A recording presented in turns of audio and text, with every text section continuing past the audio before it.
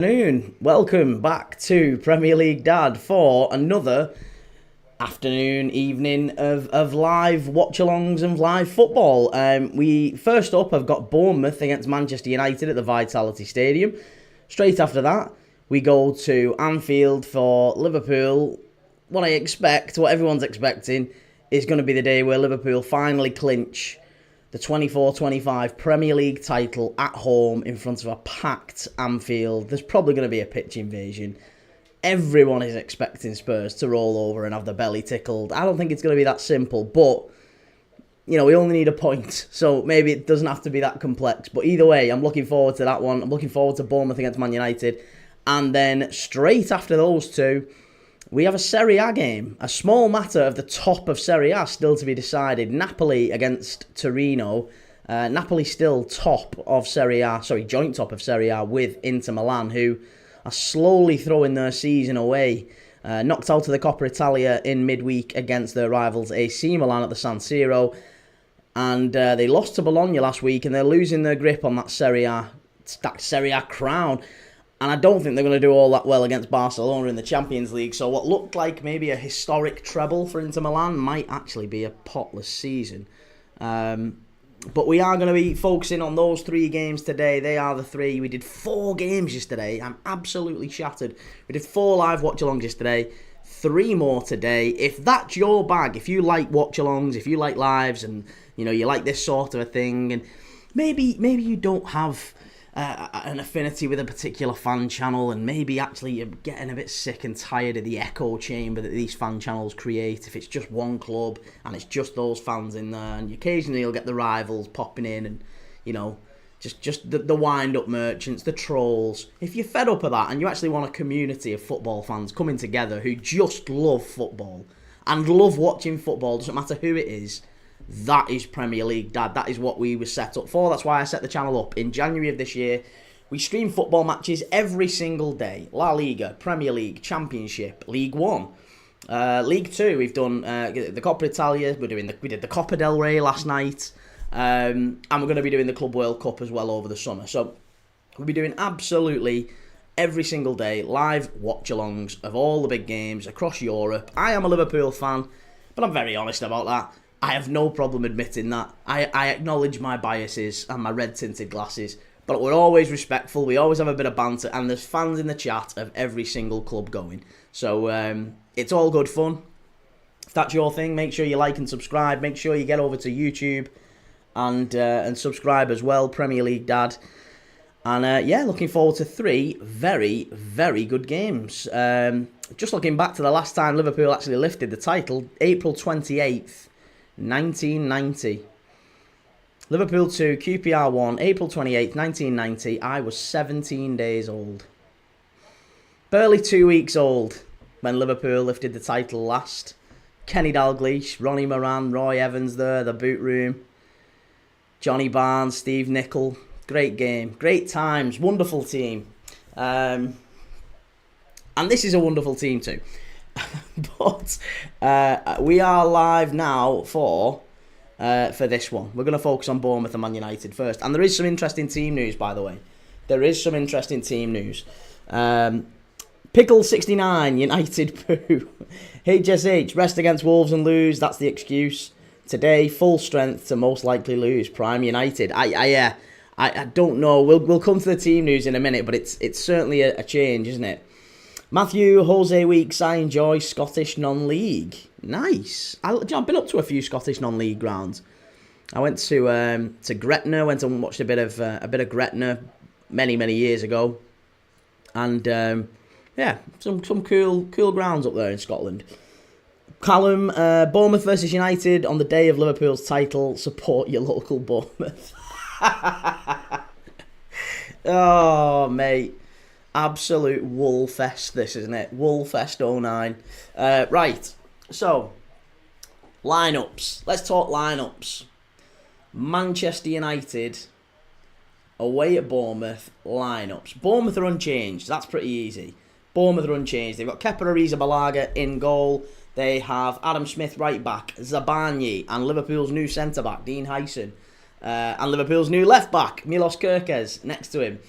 In midfield, it is Scott, Adams, and Clivert, with Ouattara and Semenyo on the wings, and Evan Nilsson up front. On the bench, they've got Dennis, Cook, Senesi, Brooks, Tavernier, Soler, Jefferson, Araujo, and Hill. For Manchester United, it is Onana in goal, Yoro, Maguire and Shaw. Shaw probably playing more of a left centre-back in that back three. And Yoro on the right side with Maguire in the middle. Mazraoui at right wing-back today. Dorgu at left wing-back. Mainu and Casemiro sitting.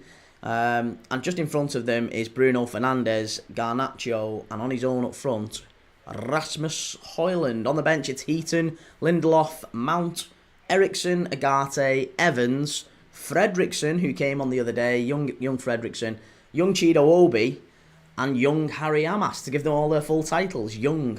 I thought Harry Amas was fantastic, to be honest, against Wolves. He was probably United's man of the match. And I've been really impressed with him every single time he's come onto the pitch. But he's not getting a start today. I would have thought, actually, that Amorim would have put Dorgu over to the right, as he's done quite a few times. He did against Wolves. I would have thought we'd have seen Dorgu over to the right, and maybe Amas starting on the left. Alas, that isn't the case. So I don't know. I guess we'll see. About this one.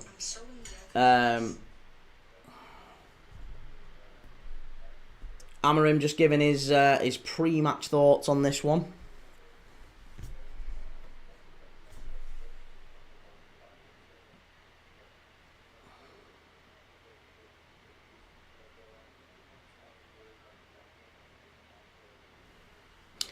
So, let me know in the comments what you're thinking about this so far. Let me know if you think there's a chance for United here. They come into this one almost as underdogs, don't they? I know there's not much riding on their league season, and Bournemouth still have a chance of European football, don't they? I mean, where does the league table put Bournemouth at the minute? I think after that Brighton, I remember looking at it yesterday, but it was before Brighton scored the late winner. So yeah, Bournemouth. If Bournemouth get a win, and Fulham as well. Yeah, Fulham got late winner. Brighton got late winners. If Bournemouth get a win, then they go above both Brighton and Fulham. They go up into 8th. And 8th is probably good enough for a Conference League position next year. Assuming Palace don't win the FA Cup, and assuming Chelsea do win the Conference League, then those Europa League positions will drop down another place in the league. As it stands, the Europa League is 6th, and the Conference League is 7th. So we've just got to see whether or not Chelsea can win the Conference League, because if they do, and they finish in the top 6, which you'd imagine Chelsea would, then the Europa League spot drops down another place. And that really does help your Bournemouths, your Fulhams, your Brightons.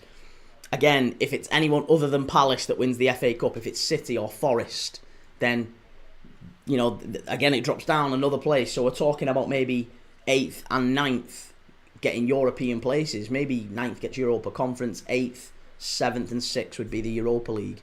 So it's it's going to be an interesting one, this. And I'm kind of gutted for Bournemouth. I actually really wanted Bournemouth to push on and get the Champions League. And at one point, it really did look like they would. Massive fan of Andoni Iraola. Massive fan. Love him to bits. I think he's a really, really good manager. Destined for the top. They've got so many players there. I think they're destined for the top. Semenyo. I think Ouattara's underrated as well. He's one that I think next season you could be looking at and going, he's kind of bigged up in the same way that Kluivert and Semenyo have this season. I think Ryan Christie's incredibly underrated. He's had a great season for Bournemouth. I know he's not in the side today, but he's been really, really good.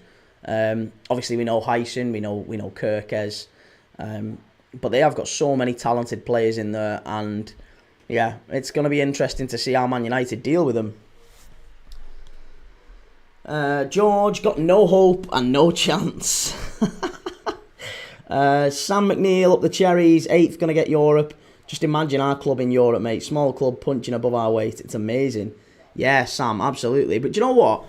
It's that, imagine the vitality, you know, on a Wednesday or, well, it'd be a Thursday night, wouldn't it? On a Thursday night against there's plenty of teams around Europe who might struggle, you know. You might have AC Milan. You might have AC Milan at the Vitality next season. Let's see who else you might have. So in terms of teams loitering around those positions, big teams that could come in. Yeah, you look at. I mean, maybe not. Maybe Villarreal. Yeah, Villarreal, Celta Vigo, Betis maybe at a push.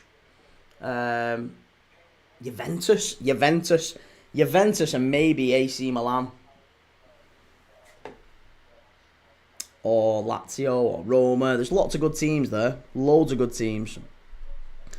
Will Sings, Evan Nilsson too, had a great season for Bournemouth. I think Evan Nilsson's a top. Yeah, he's a top player in Europe. When he came in, he was doing really well at Porto, and it was whether or not he could transition to the Prem. I don't think he adapted straight away.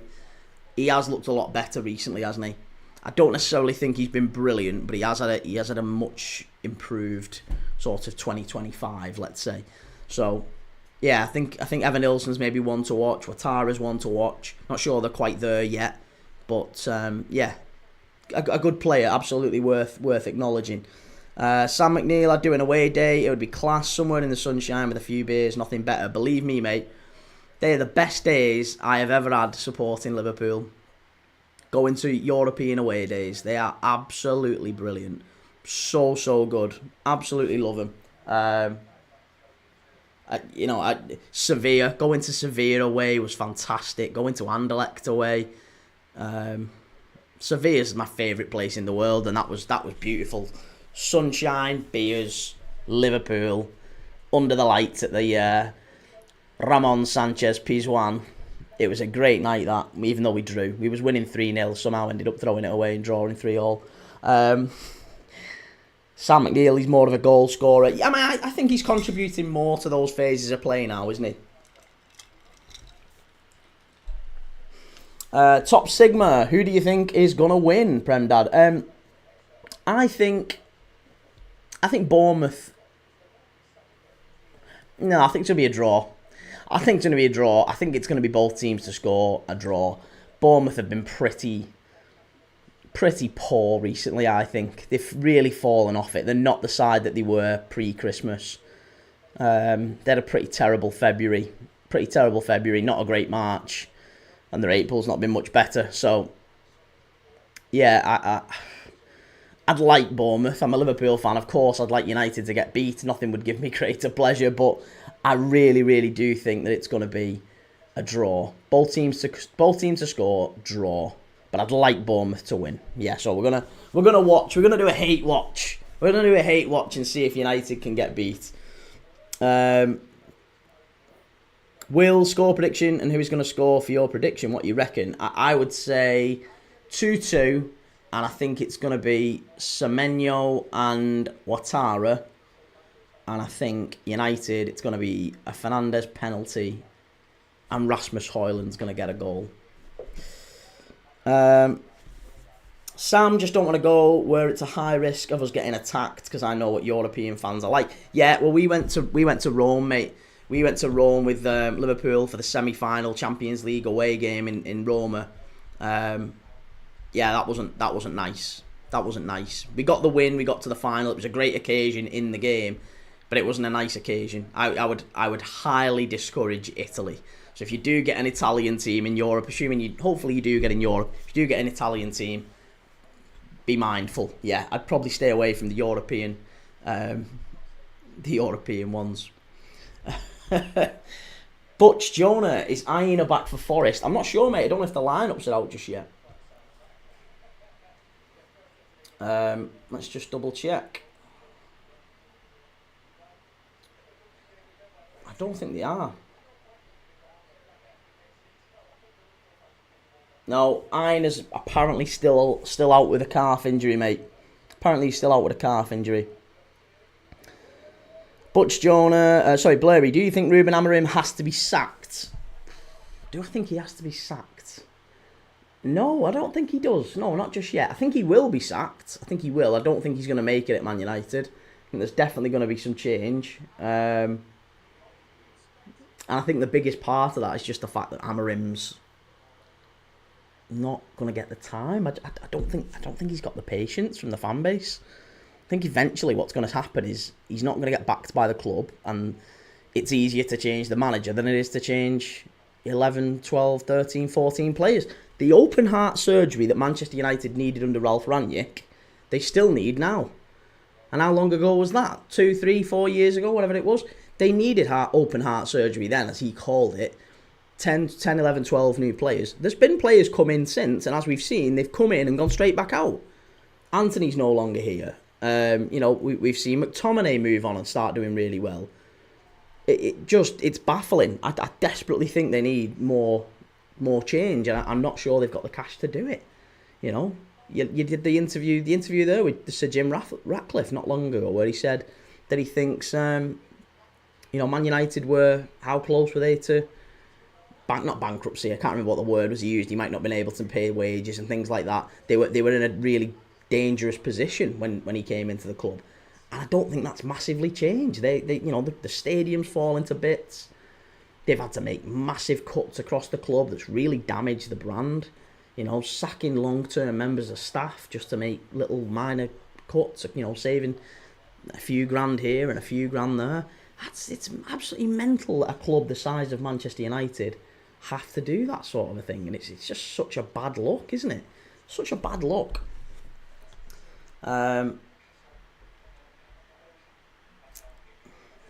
Blurry, do you think Ruben Amorim has to be sacked? Sorry, Jake Curtin, come on Bournemouth. Webbo, we're going to win the league today. Absolutely right. Top Sigma, when's the match starting? It starts at 2 p.m, so we've got 40 minutes or so left as well. Blurry, Man United needs so many changes. Butch, Man United need the Villa coach. Do you think Unai Emery would go to Manchester United? That's an interesting shout. Blurry, just imagine Ancelotti to Manchester United. Well, he's about to sign for Brazil, isn't he? About to sign up for Brazil. We knew that. That was been coming for quite a while. So, yeah. Jake, they need a miracle. They need a new culture. Ethos, they've had all the best players and managers. Hasn't changed a thing. Yeah, it's not a place that is geared up for really top players to thrive, is it? It's just not a place that top players thrive, sadly.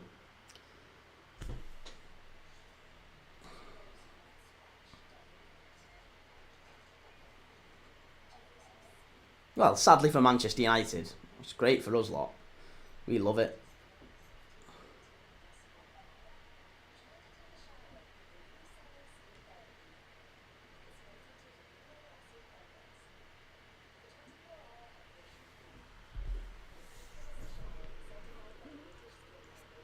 Callum Liverpool score 5 or 6 today?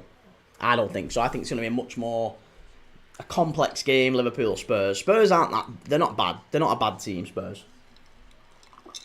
In fact, I'd be tempted to back Spurs to score the first goal in that one to kind of just quell the occasion a little bit. I think Liverpool still get the job done, whether it be even if we just get a draw.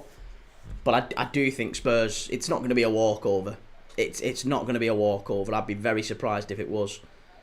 I think Liverpool start strong, but I think Spurs will anticipate that, and yeah, I really do. I think Spurs will probably they'll get something in that. They will get something.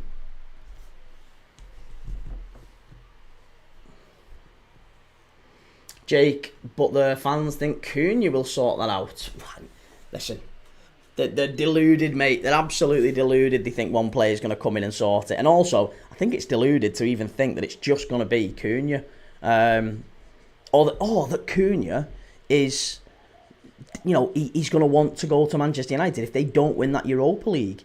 If they don't win that Europa League, everything changes. I'm telling you. It's everything is going to change. Liam, thanks for the follow. Liam Phillips, appreciate that, mate. Good to have you on the channel. Let us know who you support. We've got a lot of different fans in here, so always good to have fans of different clubs.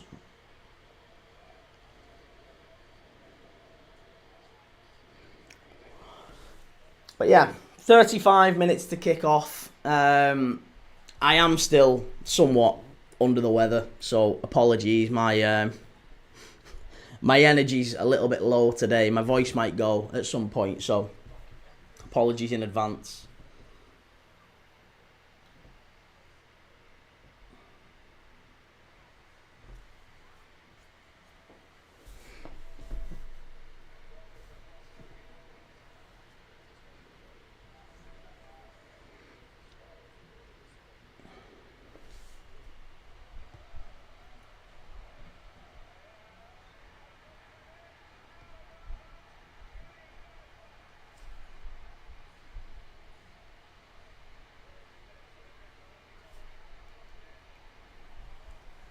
I assume that Manchester United are going to be in white today.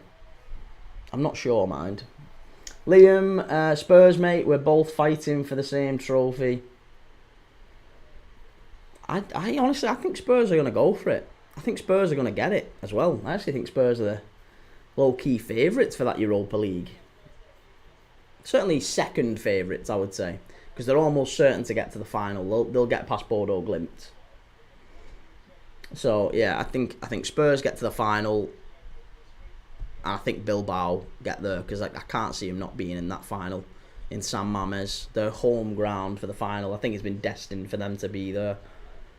And, yeah, I'd be rooting for Spurs. Because I think it'd be quite funny if Spurs won the Europa League and Arsenal won absolutely nothing again. That'd be hilarious. Blurry, who do you think is going to win the Champions League? PSG. PSG, maybe Barcelona. Having watched Barca against Real in the Copa del Rey last night, that was a very late finish, by the way. We actually only stopped streaming about midnight in that game. So, yeah, Real Madrid getting beat in extra time, literally 4 minutes before the penalty shootout was to commence. Barcelona smashed one in, Jules Koundé. So, yeah, I think Barcelona or PSG. If I had to put fingers in the drawer and say who, I would say PSG. I think it's going to be PSG to win it. Because, again, that would be quite symbolic, wouldn't it? Mbappe leaves to win the Champions League and get the Ballon d'Or, and actually PSG win it. That would be quite funny. I think Spurs winning the Europa League would be quite funny. As much as it would be to see Arsenal fans raging about that, I also think it'd be quite funny to see Spurs fans raging about it, because you'd have to see the crawl back. You'd actually witness the climb down from Spurs fans who have been calling for Ange Postecoglou's head for months. And all of a sudden he's their hero who's won a European trophy.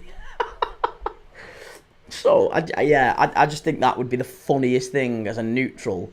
It would be hilarious if Spurs won it and PSG won it. Jake, who gets the Ballon d'Or? Definitely not Rafinha after last night. If Barca win the treble, which they might do, then I reckon Lamine Yamal could get it, you know.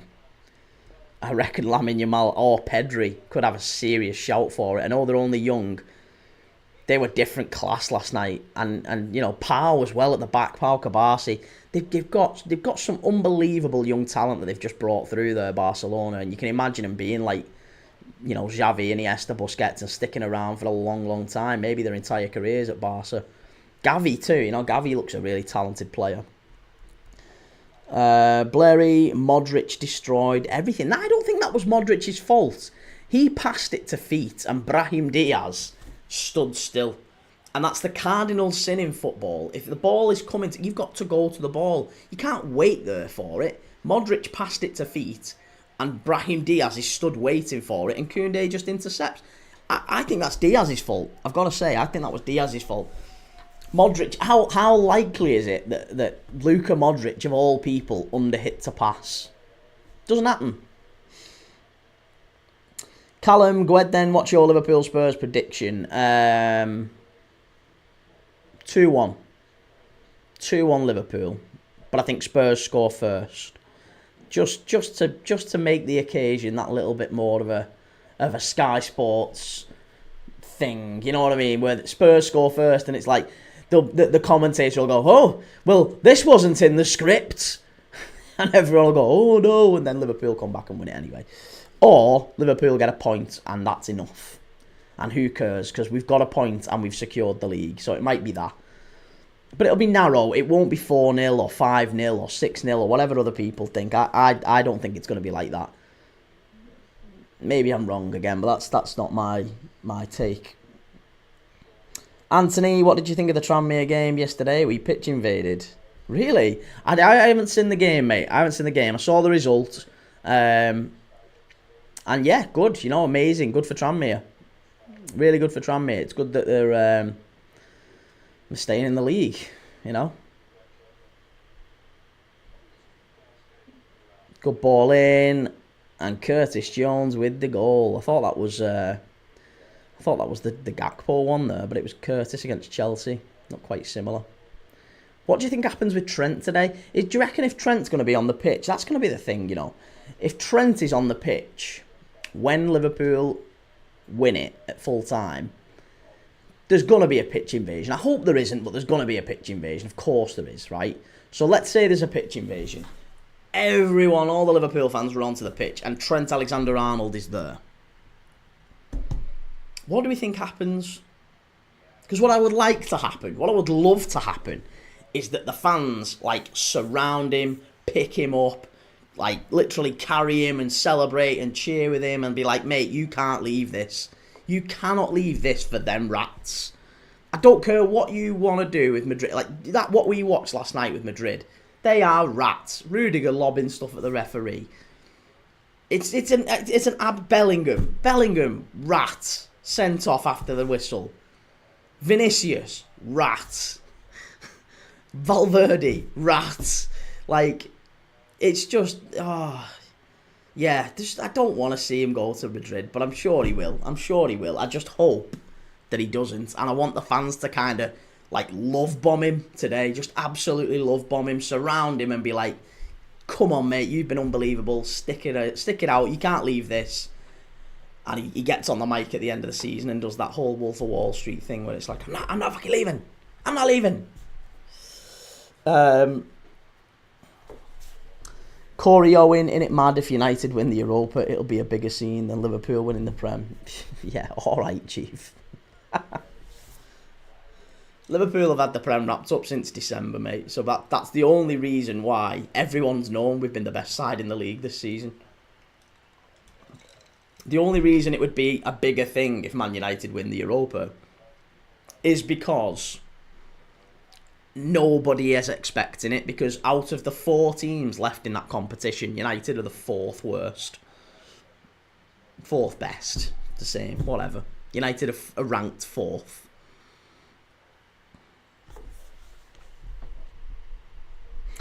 Anthony, Carlisle and Morecambe went down to the National League now.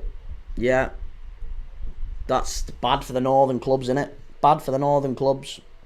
Jake Curtin, if I blew in your ears, it would whistle. Oh. Anthony, why did Bellingham get a red card? Just mouthing off. And also, as we talked about on the live last night, if you were there, we were saying Bellingham, he's only been in Spain, 18 months?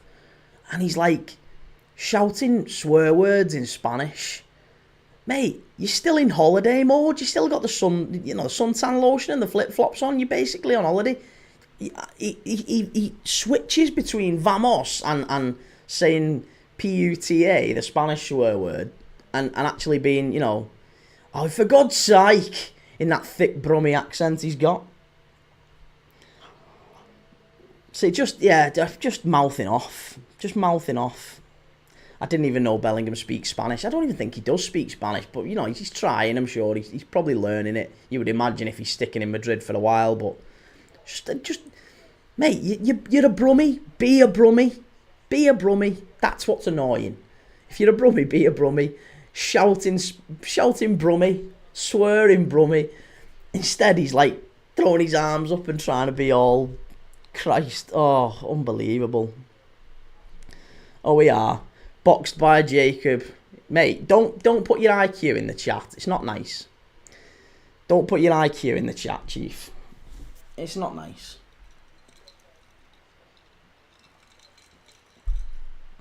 Or your Mars number. Is that how many slammed your Mar this week? Sturridge looking sharp, I've got to say. He's looking sharp.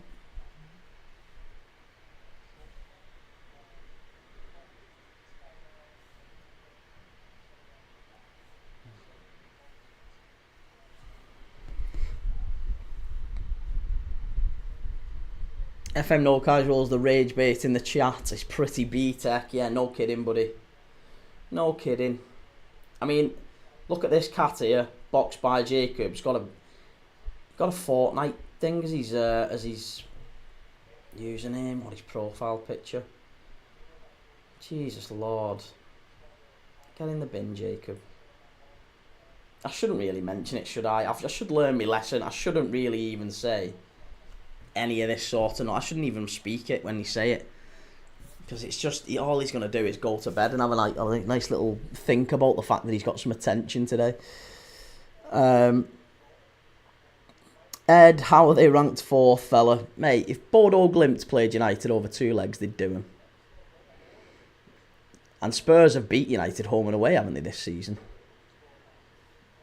So I don't think for 1 second United will beat Bilbao over 2 legs. Bilbao have got the best defence maybe in Europe, certainly in La Liga.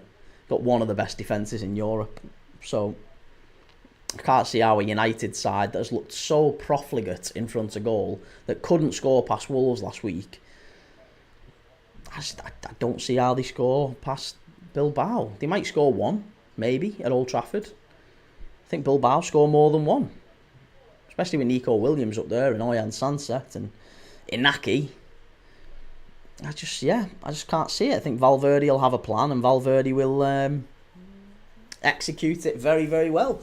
So that's my expectation. Maybe I'm wrong. Yeah, maybe I'm wrong. We'll see. I'll be here for it. We'll be doing it live next week.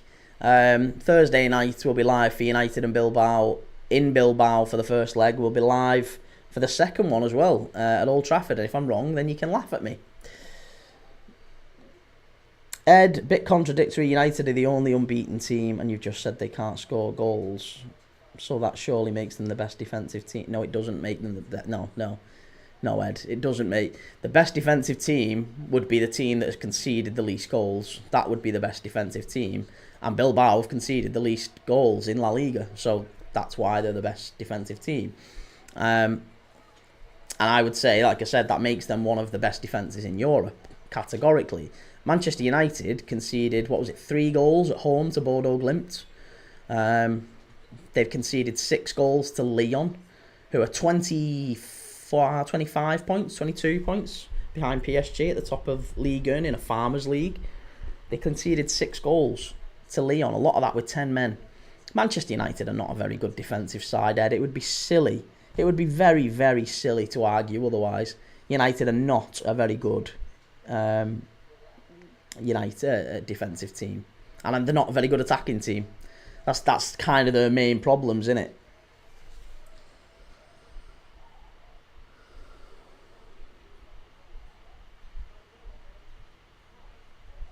There you go. He's muted. Voxius, how do you think Man United will progress versus Bournemouth? How do I think they'll progress versus Bournemouth? I think Bournemouth will probably get a point. I think it's going to be both teams to score. I think it's going to be a draw. Yeah, Bournemouth haven't been great recently either. They were fantastic in the first half of the season. Second half of the season, it has kind of fallen off a little bit. So, yeah, I guess we'll see how they pan out today. But my gut feeling is that it's going to be 1-1 or 2-2. And, yeah, I don't think there's going to be a decisive goal in it. It's just going to be 2 poor teams battling it out. Darius, attack is the biggest problem. Yeah, I mean, attack is, and that is the bad. That's the reason why I'm saying I think over 2 legs Bilbao almost certainly go through, because Bilbao have got this incredible defence, best defence in La Liga, lowest goals conceded, probably one of the best defences in Europe, one of the best coaches in Europe in Valverde, a coach that Manchester United tried to appoint no less not that long ago. I just think if United are struggling to score in general against teams like Wolves, then what are you going to do when you come up against an actually really well organised team and a solid defensive outfit? They're going to struggle, and it won't take many. That's why I think Man United and Lyon was 7-6 over 2 legs. Bilbao will probably be 1-0 or 2-0 or 2-1 over 2 legs. That'll be it. It'll be a very low scoring game, very low scoring tie. Edward, good to see you, mate. Yeah, good to see you. Today's the day, absolutely. Hopefully it's the day. Jordan, I'm a Man United fan. Good to have you in the chat, Jordan. No problem. We've got loads of United fans in. Loads of United fans, loads of Bournemouth fans. So this is a general channel. It's just because I'm a Liverpool fan doesn't mean anything. We've got fans of every single club in the chat.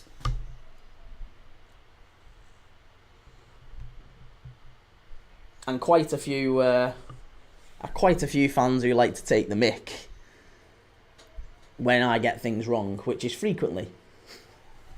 So I'm sitting here now saying United are definitely going out against Bilbao. I'm sure there'll be plenty who come and have a laugh at me if United do somehow get through. Which to me is just inconceivable. Inconceivable. Solomon Umokoro, United somehow do better against teams that defend well. I think they've had a decent record against better teams. I'm not sure about teams that defend well. When United have faced low blocks, I'm not sure they have defended. They have done all that well. When they've faced low blocks, teams who allow them possession. Forest beat them home and away. Forest play exactly that way. The teams that United have done well against, obviously they want to go away at City. They beat Arsenal in the Cup. They beat Arsenal at home. In all of those games, those teams didn't defend all that well. Arsenal were terrible in the Cup at the Emirates. They weren't terrible at Old Trafford, but that was just one piece of genius, wasn't it, from Bruno Fernandes. Voxius, in terms of Manchester United's current development, can it be confirmed that they will win? No. No, absolutely not. Edward, how are you feeling? I'm all right, mate. I'm feeling a bit better. A little bit better. I'm still not great. You can tell the throat's still a little bit raspy. But I'm getting there. Will, happy for Nat Phillips getting the goal yesterday. Yeah, really good for Nat Phillips. Getting a big goal for Derby, wasn't it? Really big goal that to keep Derby, probably keep him in the Championship. Keep him up. Solomon, United fear teams that can attack them more. Well, I think we'll see today. I think we'll see, because Bournemouth will have a go at United, and that's why I think United will probably get at least one. United, I would say, are not as good against teams that... But equally, we've seen that, haven't we? Newcastle go into Old Trafford and had a real go at United. Liverpool went to Old Trafford, had a real go at United. Brighton went to Old Trafford, had a real go at United. They all won. And then you saw teams like maybe Forest, Fulham, go to Old Trafford, sit off, let United have a lot of the ball, and they won.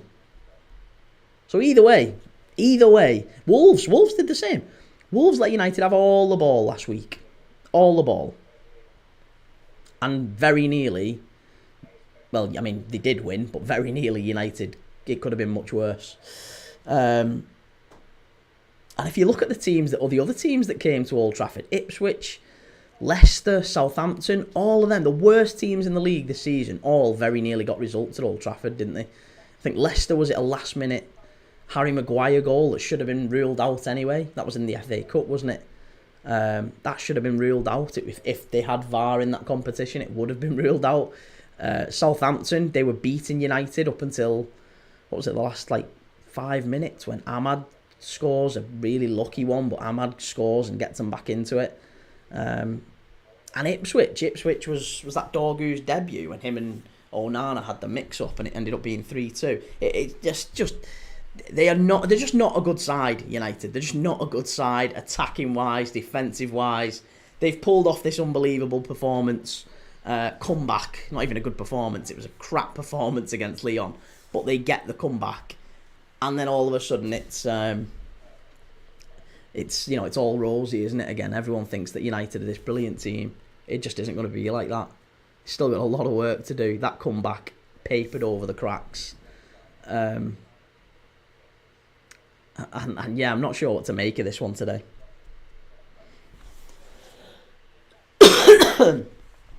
Voxius, in your opinion, what is the reason why Manchester United is sitting near the bottom of the league? Poor years and years of poor player recruitment. That is it. It used to be the case, didn't it? It used to be the case maybe 6-7 years ago, maybe a touch further back, that you'd look at Manchester United's squad and think, there's a good group of players there, isn't there? There's a good group of individuals, good group of players. And they just need the right manager, maybe the right system, and maybe one or two extra players. And actually, they could be a top 4 team again. I don't think that's the case anymore with United. I think Man United now, it's entirely different. I look at that group of players and I think, they are mid-table players. They're mid-table players who last season had quite a good season under Ten Hag. I don't think this is necessarily Man United's level, but I don't think last season was Man United's level. I think they are about a 10th or 11th team in the Prem right now. They need 9, 10, 11 new players. Minimum. And they're not going to do it in this one summer. So any expectation that they get back into Europe next year is well wide of the mark. Alex, highlight predictions for us today: 2-2 or 3-2 United. I think 2-2. Yeah, I think that's what I said earlier. 2-2 or 1-1. I would go both teams to score, draw, because Bournemouth haven't been at it really since December. Blurry winning 7-6 against Lyon and losing 1-0 at home to Wolves. This team doesn't make sense. It does though, doesn't it? It really does. They were 4-1 down, or 3-1 down, weren't they, against Lyon, with like 10 minutes left to go. Whatever score it was, yeah, just a weird setup at Man United. Thank you for the follow, Modal. Thank you for sharing, Voxius. Bro, 4-2 down. Come on, mate. No, mate. The game finished 7-6 on aggregate. It finished 7-6 on aggregate. Like, it was just a horrendous performance from Man United. Any argument otherwise is ridiculous. You conceded 6. Conceded 6 goals to Lyon. Most of it with 10 men. Absolutely baffling that this means Manchester United are back and Manchester United are going to win the Europa. It's unreal. Absolutely unreal. Ethan, proves spending doesn't correlate to success. Another example. 100%. £1 billion spent on this squad. Look at the state of it. £1 billion spent on that squad. They still need a new player in pretty much every position. Still need pretty much an entirely new 11. It's absolutely unreal. No skill, Aaron. My mate Cherky and Alexandra lack of threat. I didn't even say Alexandra lack of threat. Was it you who said Alexandra lack of threat? Can't remember who it was who said that. It was a United fan who said Alexandra lack of threat, and then he scored. That was the funny thing. Solomon, I feel like this narrative of United players not good enough is false. How many of that United 11 do you think is good enough to be in the top 4 next year, let's say, or the top 5? If United had an unlimited pot of money to change that 11, how many of that 11 would they change? And again, United fans will tell you this. It's a minimum of 8. Minimum of 8. Some might even say 10. They might only keep maybe Bruno. Or maybe... Because even Mazraoui, you look at Mazraoui. I'm not sure Mazraoui gets into a starting 11 of a top 5 team. He's done all right since he's come in, but... Even Yoro, good young player, but... Is he a top 5? Is he a top 5 centre-back? He's still young. He's still learning the game. No skill, Aaron. You're going to have a proper meltdown when United win the Europa. Like I said, Aaron, right? Me and you, we're all good. We get on, right? And it's going to happen at some point. United will go out against Bilbao, or you'll get beat in the final, one of the two. And as soon as it happens, I won't see you again. You'll pop up maybe some point next season. I'm fine with that. I'll be here. If United win it, let's say United win it, I'll still be here. I'll still be here because my team's going to win the league today. I don't mind. It's all good. But if you get beat, if you're wrong, I won't see you for a while. You'll disappear. We'll be putting out missing persons reports for Man United fans. You'll be gone.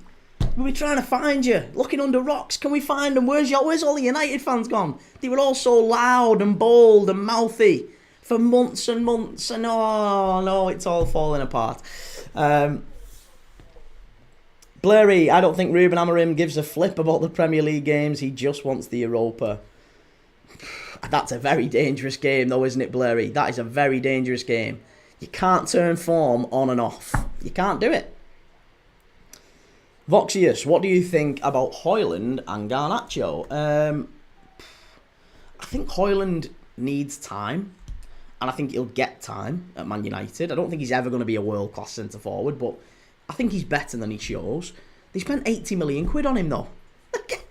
80 million quid on Rasmus Højlund. No one's paying half of that for him now. They might get 20 million quid if they put him on the market tomorrow. 20, 25 max. So they'll keep him. Because there's no way that Manchester United board that is sacking members of staff that have been at the club for 40 years plus to try and save a few hundred quid here and there, they're just going to write off 55, 60 million quid. Yeah, just set fire to it. Doesn't matter. That's fine. They're not going to do it. They're not going to do it. Same with Onana. Onana, dreadful. Needs to go. 50 million quid spent. If they sell him, they have to basically write down as a loss probably 25, 30 million quid. It's not going to happen. He'll stay. He'll stay. Solomon, is Jacob Murphy a world-class player? Tonali, Chris Wood? No. Tonali's a very good player, but I don't think Jacob Murphy is anywhere close to world-class, nor is Chris Wood. But Chris Wood's been very, very good this season, as has Jacob Murphy. Alex, we need Cunha and Ederson and at least De Gea or a good goalkeeper like Oblak and at least 2 midfielders. So you're saying you need at least 5 there then. You're saying at least 5. Bruno and Onana, that's about it. There you go, simple glider. And even Onana, again. Onana, United fans aren't made up with him. Yoro, Menu, Bruno, Dorgu, Ahmad, stay. 1, 2, 3, 4, 5. Right, so you're saying 6. And assuming all those 5 are still in the first team, which Menu, by the way, even when he's fit, isn't playing a lot of the time. So I think Amarim's kind of letting him know subtly, you're going to have to do a lot better than you're doing to get into our first team. No skill, Aaron. I will be here. I don't think you will. I think you're gonna walk it when you lose this. You're gonna lose your head. United are gonna go out, and you're gonna lose your head. That is what's gonna happen. Ethan, Dorgu is pants as well. I don't think Dorgu's pants. I don't think he's pants. He's just not a top fullback all the way. He was 25, 30 million quid from Lecce. Like, again, talented young player. Same as Yoro. Put him in that bracket. Talented young player, needs time. Might be a good player in time. Might be a very good player in time. But also could be another Delo. Another Luke Shaw. Another Butner. You know, we've had loads of players over the years like that. Alex, we're going to win the Europa. And at least Ahmad and De Ligt back for Bilbao. Xerxes a big blow. I don't think Ahmad is back for Bilbao. De Ligt maybe, not Ahmad. There's no way Ahmad comes back and gets straight in the team like that. He's nowhere. He's not even on the bench today, so he isn't going to make the first leg.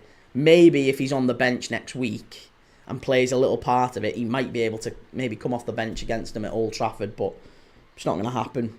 Reece, don't forget the lunch they're giving. Well, yeah, there you go, Reece. United also cutting the catering budget at the club. We're not paying staff members for the lunch. Insane. Solomon, what we need to accept as a team is to give the coach time to build. Again, the problem I've got with that though, Solomon, is you hire a coach to come in and improve the squad that you already have. The reason that Ten Hag was sacked was because evidently the club felt that he wasn't getting enough out of the players that he had at his disposal. And he left Manchester United with them in 12th. Where are Manchester United now? They're in 15th. They could well be, this time next week, in 17th. So, I mean, I just don't see how you can say, oh, well, we need to give the coach time. It's that narrative as well. There's United fans who'll say, we've got to let him, sign. He's still working with Ten Hag's squad. He's still working with Ten Hag's squad. We've got to give him time. He's not improved, basically. He's not improved a single player in that team. Arne Slot's still working with Klopp's squad. That wasn't an excuse. Come in and won the league. This is a team that last year finished in the top. What was it? Finished top 6, and won the FA Cup.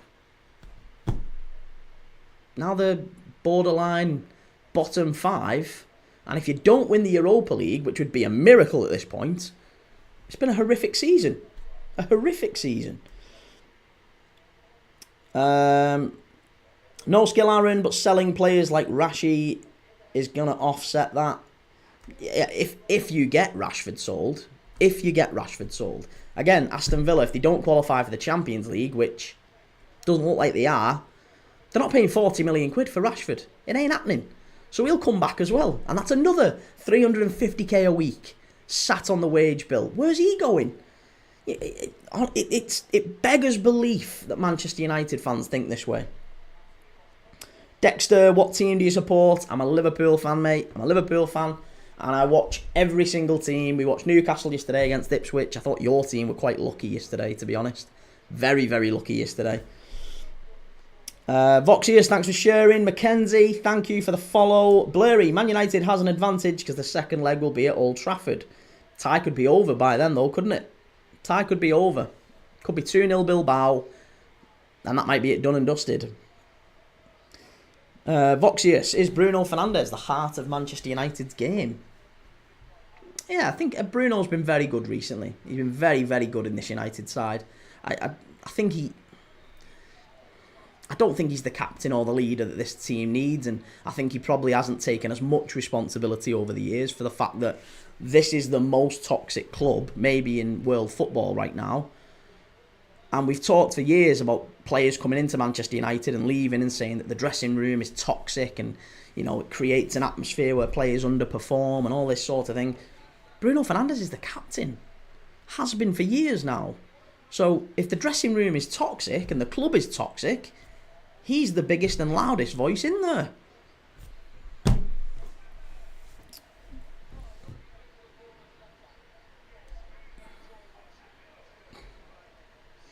Alex, we need Bayindir to start ahead of Onana if he makes mistakes again. I don't think Bayindir didn't cover himself in glory at Newcastle, did he? Solomon, United will win the Europa semis easily, but the final against Spurs is the worry. You might be getting ahead of yourself there, mate. Mark, Casemiro to get his 500 steps in today.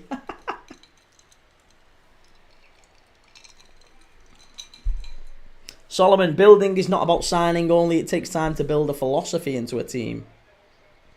Well, I guess we'll see. James, Mia parting. What about Salah? What about him? Dexter, who do you think will win the Champions League? PSG. Solomon, Slot will struggle next season. Just watch out. Yeah, we had that at the start of this season.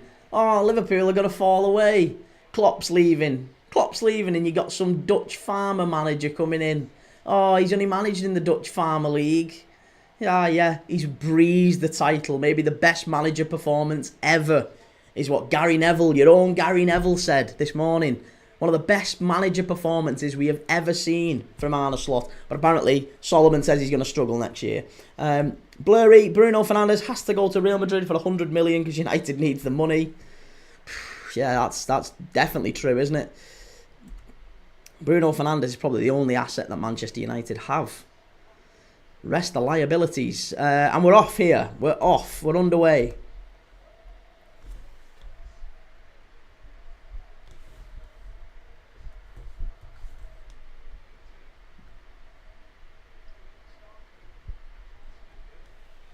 Solomon, all the top teams were below par this year, mate. Says who?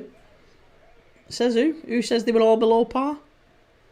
City, Arsenal, every year for the last 2-3 years, they've finished about the same points totals as Liverpool had now. Liverpool have been bang on it. Oh, that's unbelievable. Bournemouth have a chance here. United not looking so good. Yeah, and by the way, all the teams are below par. Real Madrid got battered off Arsenal and were, 12, 15, maybe 15 points ahead of them. We're 15 points ahead of the team that battered Real Madrid at the Bernabeu. That's how good Liverpool are.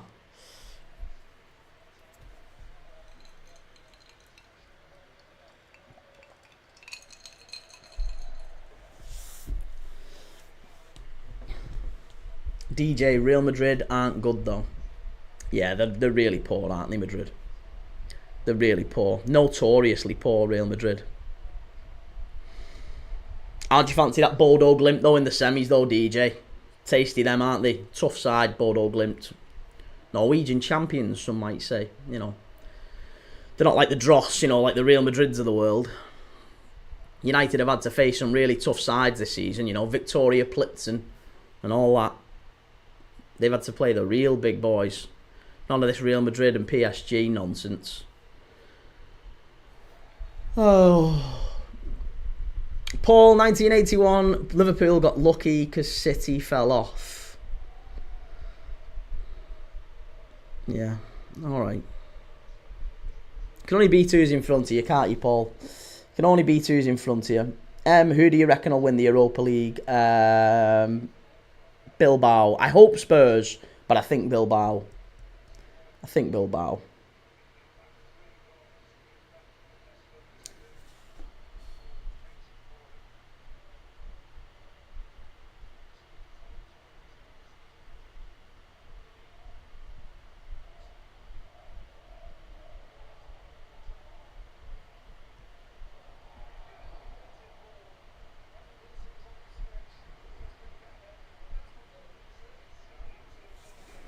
There's a good start there from Bournemouth.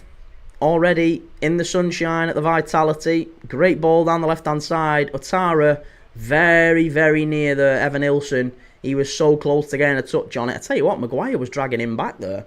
Might have been a pen. FM no casuals. What about Chelsea and Arsenal? Yeah, I mean, look. You can't win. You can't win with some people. They're just blinded by hatred, aren't they? Liverpool win something. Yeah, it's because everyone else was rubbish. Liverpool finished 4th. Yeah, those 3 above you are all miles better. There's no balance with some people. I just think maybe they weren't shown enough attention when they were kids. Like, that's generally what that leads to, isn't it? Not shown enough attention by, or sometimes the opposite. Sometimes it's shown too much attention by mum and dad. And then they just crave it all the life, don't they? Just crave it all the life. They go through life saying really ridiculous things to try and get people to give them that attention. But hey, listen, it's all good. Liverpool are going to have the best defence next season, says Blurry.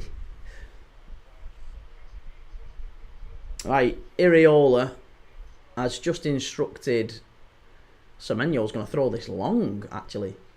Semenyo's going to put this into the box. They're putting United under early pressure here, opening 5 minutes. DJ, Liverpool have been outstanding, beat mostly every team off the park, fair play. I mean, look, mate, I'm a Liverpool fan. You won't find any Liverpool fan as or more cynical than I am. Believe me, for the last 2 months, I've been saying Liverpool have been limping over the line. I'm not sitting here saying Liverpool are the best thing since sliced bread. I've been hypercritical of my team. Go in any of the videos on my profile. You've got Liverpool fans telling me I'm not a Liverpool fan. You're not a Liverpool fan. You're definitely not a Liverpool fan. HSH, the general consensus is that this season is boring. I don't know if Liverpool think the same or not. I couldn't disagree more.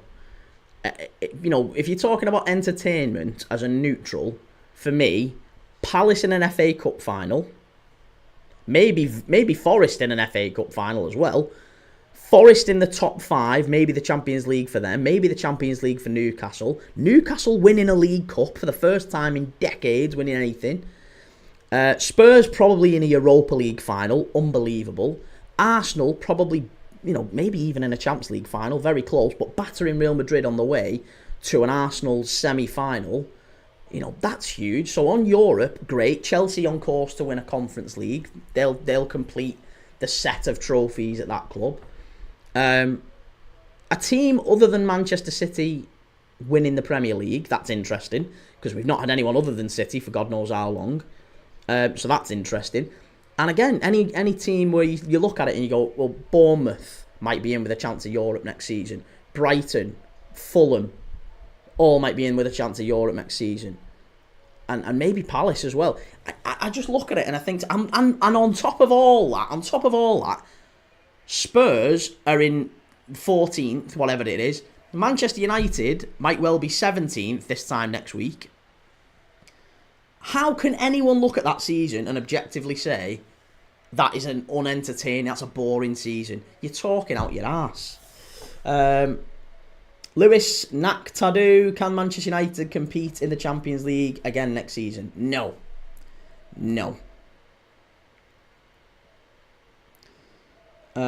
Callum, stats shown we've been better in the last 17. What stats? I don't think we've been better. I think we've been crap in the last 3 months. January is about the last time I remember watching Liverpool and thinking, we're a hell of a team, us. We're a cracking team. Something happened in January. Don't know what it was, but January, we just switched off. Didn't look the same. We've still been, machine-like and robotic a little bit. We've been all right, but I think we've looked a lot more vulnerable. We've not looked as cohesive in the final third. I think things have happened behind closed doors, and I think the mentality's shifted. That's what it is. I think Salah and Van Dijk, I am 99% certain, knew they were staying, and the club knew they were staying at the start of the season. And the only reason that wasn't announced until recently is because Trent was going, and is going. And I think Trent, or at least Trent, was making his mind up, maybe. Maybe at the start of the season, Trent was saying to the club, I'll have a think about it, I'll see, we'll see, put a contract offer in front of me, I'll have a look at it, but, I don't know yet, and we'll just see how the season goes. I'm not making a decision yet. And then I think what we saw is, come January, all those rumours came out about Madrid. Various other things happened in January.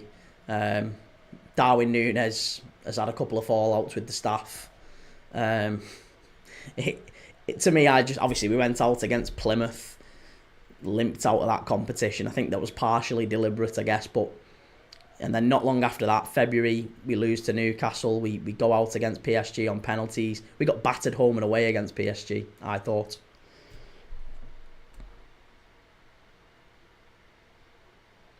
Blurry, I'll be here for just 7 minutes and I'm going to Anfield because I've booked a ticket to go there. Good man. Enjoy.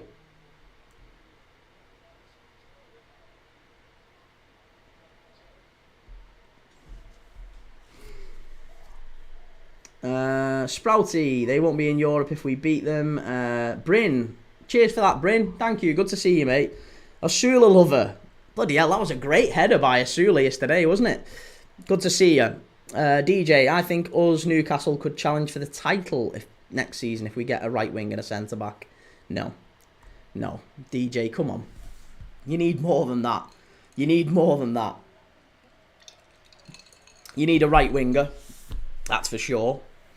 I think you need a left winger. Because Harvey Barnes, he's been okay. But Anthony Gordon's dropped off.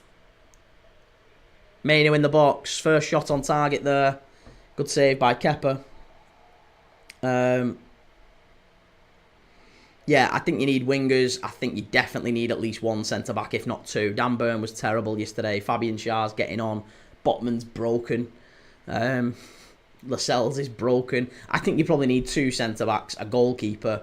You need a right-back. Trippier's not there. I know Lewis Hall comes back and maybe Livramento goes over to the other side, but yeah, I think Newcastle need a lot more than just two positions to challenge for the title. You probably need 4 or 5.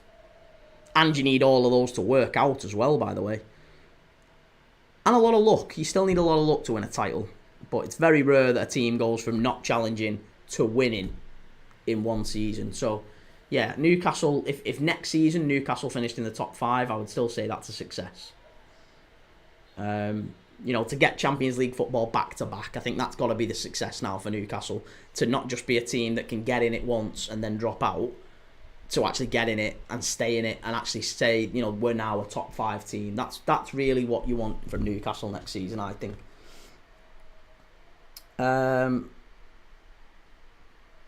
Callum, they showed we've been better. Yeah, but better in what sense? What do you mean better? Better in terms of goals scored? Better in terms of points accumulated. What are we saying? Spurs, Sky Sports are a bit. They don't really get into the meta of it. They just tend to show, Liverpool. This myth that Liverpool have been limping over the line. It's nonsense because look at all these wins, 2 defeats all season, and actually, if you look at the performances, it has dipped. It has. You'd be mad to say otherwise.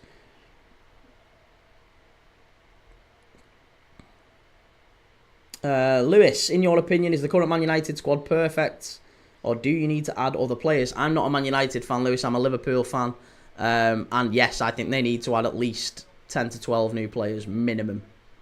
And that's just to get in the top 6 or 7 next year, and that would be some going. So, yeah, they need a lot of players next season. Sprouty, still so happy after getting all the pictures today. Nice. Sister Vista, hi mate, hope you had a good weekend so far anyway. Cheers man, you too. I'm alright. I feel a little bit better than I did yesterday. Still not great, but it's what you get when you've got a little girl going to nursery and bringing home all sorts of infections and all that sort of stuff. It's just unbelievable when you've got kids in school. They bring home disease after disease. Chance for Bournemouth here again. It's been cleared away.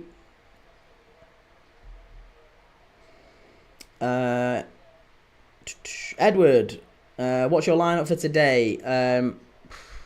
Probably unchanged, I would guess. Alisson, maybe Trent comes in for Bradley permanently, but otherwise, still the same. Jota up front, Salah. Oh no, maybe. Yeah, I'd like to see Jota up front, not Gakpo.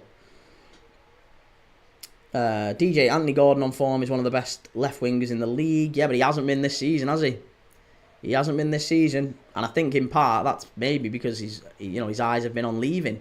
There's question marks around him maybe coming to Liverpool of all places. Jamie Stewart, can't wait for Thursday. Neither can I, mate. Neither can I. I'm really excited for Thursday. I think Bilbao are going to put 1 or 2 past United and really lay down a marker for that away leg. Sister Fista, I had AC Milan 1.5 goals, saved me ticket. Nice. Gareth, 1978. How many do United need to win the league? Probably a good 15, and they need all 15 to be bloody good as well. DJ, Liverpool weren't challenging for the title last season. What do you mean we weren't challenging? Mate, we were top until about March. We were top until about March last season. Or February. I can't remember when it was. We was top. How can you say we weren't challenging? DJ, Trafford, Hall, Botman, Hyson. You're not getting Hyson. Livramento, Bruno, Tonali, Joelinton, Gordon, Isak and Burmo. It's not a title-winning side. And Trafford isn't going to Newcastle. I'll be very surprised. Kuram, glory, Man United. Sprouty, any questions about Man United and I'll answer them for you. Blurry, they're saying Diaz is more to go like the striker position. Yeah, I think Diaz probably will. I hate that though. I keep saying every time we start Gakpo and Diaz, it's a waste of time. Because they never ever work. They never work as a two. They all both drift to the left and it leaves this big chasm in the middle. So unless we have McAllister running from deep or maybe Szoboszlai getting in the box, which they don't do anywhere near as much as I'd like, then we just end up with a chasm in there. So it's stupid to me, I think, to have Gakpo and Diaz starting. DJ, he signed a new contract a few months ago. Who? Gordon? That doesn't mean anything. Kuna signed a new contract with Wolves about 6 weeks ago, mate. He's going. Chance here for Bournemouth. Oh, unlucky. Very, very unlucky. Daniel, are you watching the FA Cup semi-final? No, because Liverpool are on at the same time as it. It was horrendous scheduling from whoever set it up that way. But, yeah, it's going to be Liverpool and Spurs on here. And I'll just keep updated on the Forest and City game. There's no way I'm watching Forest and City over Liverpool in lifting the title, or winning the title anyway. Shot from distance there, just wide from Garnacho. Daniel, Liverpool bottled it last season, but no one talks about it. No one talks about it. I mean, I think to be fair, everyone's forgot, because we've just had a Newcastle fan say Liverpool weren't in a title race last season. We were top in March. We were top. We were doing really, really well last season.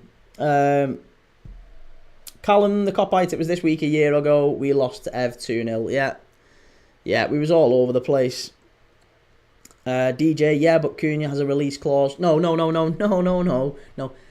Cunha has a release clause now after signing the contract. What I'm saying is Gordon signing a contract doesn't necessarily mean anything. Players sign contracts all the time and leave months later. It's not, like, it matters nothing. The contract signing does not indicate a player is going to stay. Ever. Ever. Blair, if McAllister leaves Liverpool for Real Madrid, then Liverpool need more changes. Don't think McAllister's going to Madrid.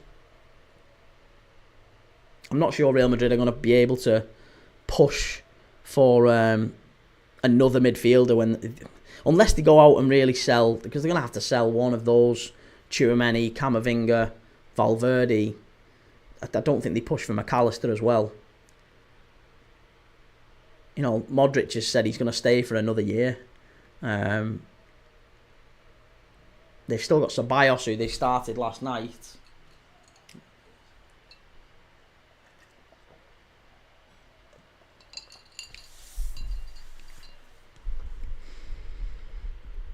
Daniel, I think this will be the least watched Premier League victory. Daniel, you need less salt on your chips, buddy. Less salt. DJ, not really a good season if you're in a title challenge and finish below Arsenal. I didn't say it wasn't a title. I didn't say it was a good season. I didn't say it was a good season. What I said was, it was we were in a title challenge. You said we weren't in a title challenge. We were.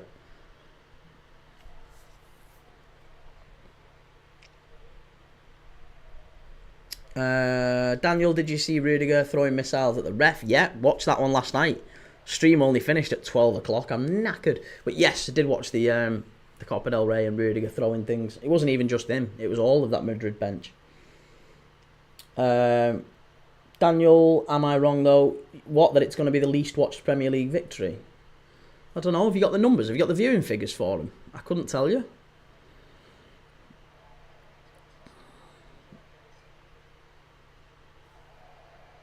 Blurry, I think Gravenberch wants to leave. Why do you think Gravenberch wants to leave? DJ, you said a really good... Yeah, well, it's a good season to be whatever, top in March. And that categorically would be considered a title challenge, surely. We would agree that, wouldn't we? That it's a title challenge. All I'm saying is, you're arguing that Newcastle can go to a title challenge next season, I think is deluded. It's absolutely delusional. Kuram, Manchester United Europa League champions, not a chance. Daniel, I'll have to wait until the match happens before I can get you the statistics. Cool. Daniel, get the statistics for us and come back, and also get the statistics for every other Premier League title win, and then we can compare them. We'll have a chat then, mate. That'll be good. That'll be interesting. DJ, I never said we will. I said we could. Yeah, if you spank the entire Saudi Arabia budget on players next summer, then yeah, maybe. But you need a good 5 or 6 players. Minimum. And again, you need them all to work out, don't you? Kuram, every chance Spurs and United final. Yeah, I agree. There's every chance, but I don't think there will be. I think Bilbao do you over 2 legs, and even if you do, I'd still fancy Spurs in that final. Spurs have done United home and away this season, haven't they? So I'd still fancy Spurs to do you. Chance here for Bournemouth. Comes out to the edge of the area. Very, very good play, that. How does he give that? That ref is so weak. Oh, Garnacho's down and he's smashing his leg on the floor as well. Smashing his leg on the floor. Oh, and it's a yellow card. That is ridiculous. The ref didn't even give that. That is weak refereeing yet again. Weak refereeing. Tyler Adams gets a clear touch on this ball. It's not a... That isn't a foul. It isn't a foul. It's ridiculous from the ref. He wasn't even given a free kick then. He's heard someone in his ear and he's gone, oh yeah, right, well I best give a yellow card then because it must have been a bad one. Unbelievable, that. Nothing wrong with it. Nothing wrong with that. He gets the ball. Nothing wrong with it. He gets the ball. He gets the ball. Daniel, did you see United reselling 2 tickets, RRP 60 quid for 700 for the Athletic Club game? It's not surprising, is it? It's not surprising after everything that club have done. After everything that club have done recently, sacking members of staff, then madness. Mark Harper, sorry, but we heard you the first time. All right, mate. Switch off. Breeze on by, Mark. Oh, here we go. There's a VAR check for a potential red card. That should be the most United thing ever, wouldn't it? Mark, drift. Drift with your silly pink profile picture.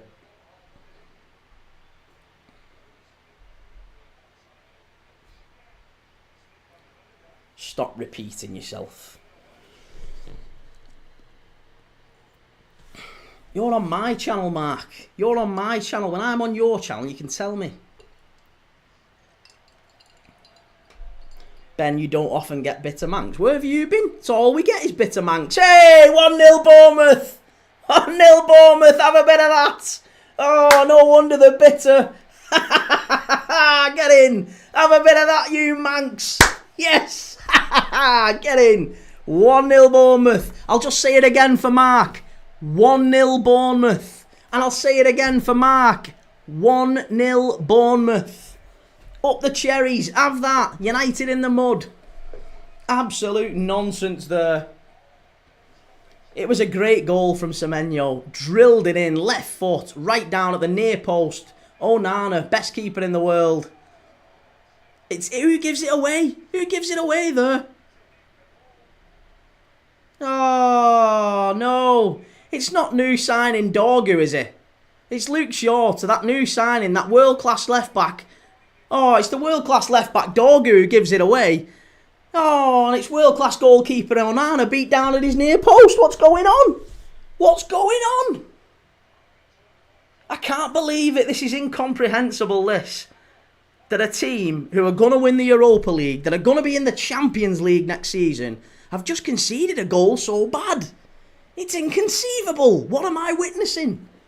What am I witnessing here?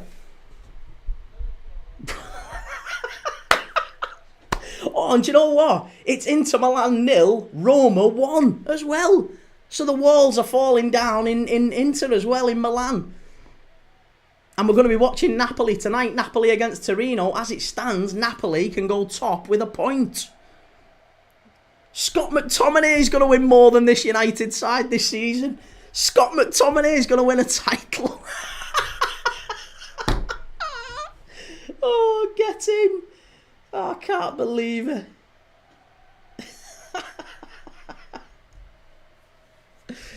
Get in there.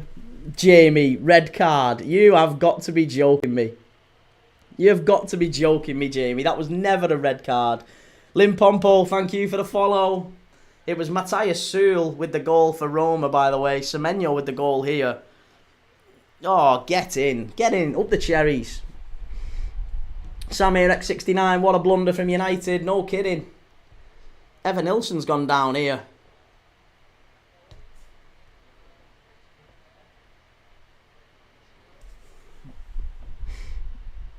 DZ, who do you support? Loving the Man United love.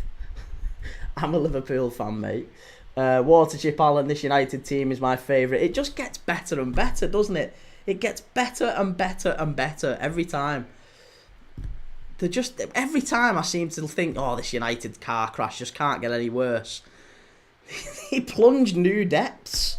Daniel, what do you think of Arsenal being the club with the most points over 3 seasons but no Premier League? I mean, oh, that's a red. That's a red card. That's a red card. He's just got studded. Studded in the chest. Has to be a red card. No, yeah, it won't give him a yellow though, will he? Won't give him a yellow. Watership Allen, from a non-biased point of view, there'll be no success until the hierarchy changes. I hope it never changes. No, I hope it changes after they've knocked Old Trafford down and built Butlins Mark II, the Salford Butlins. Once they build the Salford Butlins, the Manchester Circus. Build that, knock down the last redeeming feature of this club, and then leave him with an absolute shell of a team. Oh, that should be another one. Ref, get these sent off. United are lucky to have 11 men here. Will sings, red card for who? Well, United are crying here. United fans are crying that they didn't get a red for Tyler Adams for a tackle on Garnacho, which I didn't even think was a foul. And the referee didn't even think was a foul, because it happened and the ref turned away as if to play on, didn't even do anything. And then it was only when United players ran over crying and said, come on, come on. Then he blew, and then he gave a yellow card. Insane. Absolutely insane. And then 2 seconds later, I think, who was it? Was it Casemiro jumps up, and it looks like he studs Evan Nilsson in the chest. Evan Nilsson lifts his top up. You can see it. It should be a red. Oh, no. That wasn't best young centre-back in the world, Lenny Yoro, passing it straight out of play, was it? That can't be. My eyes must have deceived me. My eyes must have deceived me, because he's the next Van Dijk, Lenny Yoro. He couldn't have got a 10-yard pass wrong, could he? He could never have got a 10-yard pass wrong.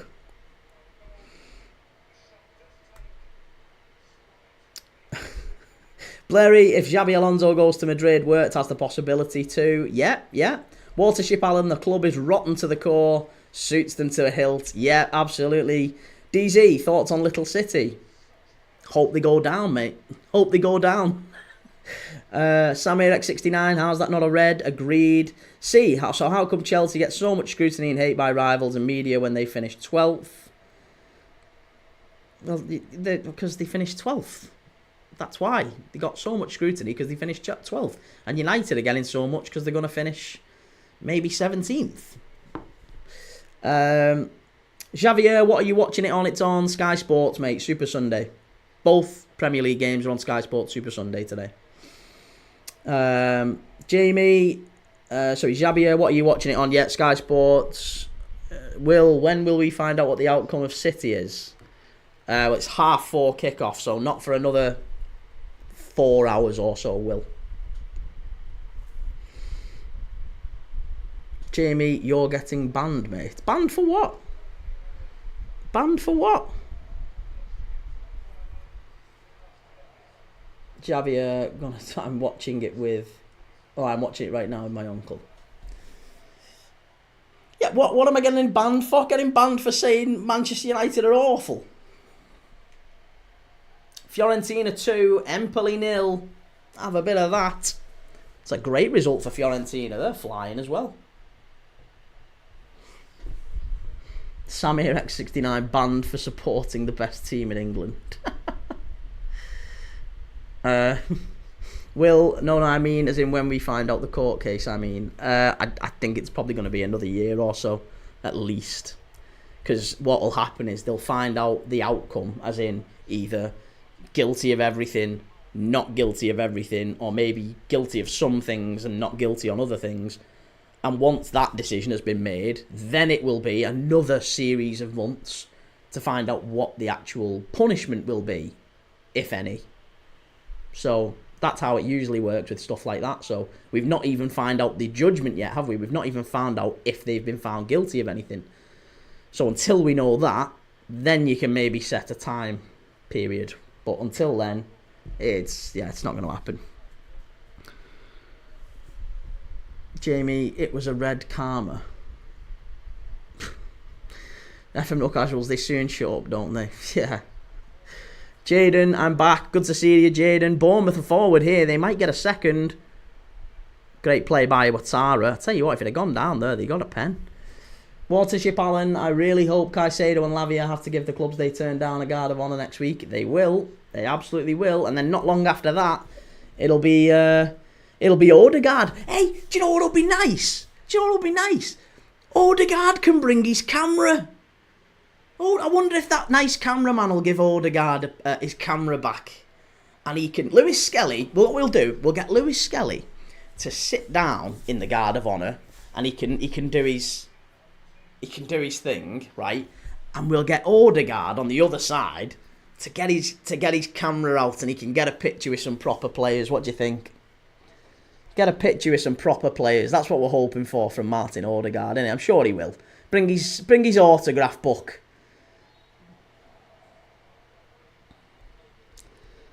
Javier going to all Liverpool need is a draw and they win the league. Yep, just a draw is all that's required for Liverpool, and I think that's probably what we'll get, to be honest. I actually think Spurs score first. I don't know why. I just feel like that's what's going to happen. Spurs will score, and you'll see the commentators go, "Oh, this wasn't in the script." Get all excited, and then maybe Liverpool turn it round. Watership Allen, a nice little Kodak. One when he has to wind the camera back. Yeah, but get maybe a nice little Polaroid. Nice little Polaroid where he can just shake it after it.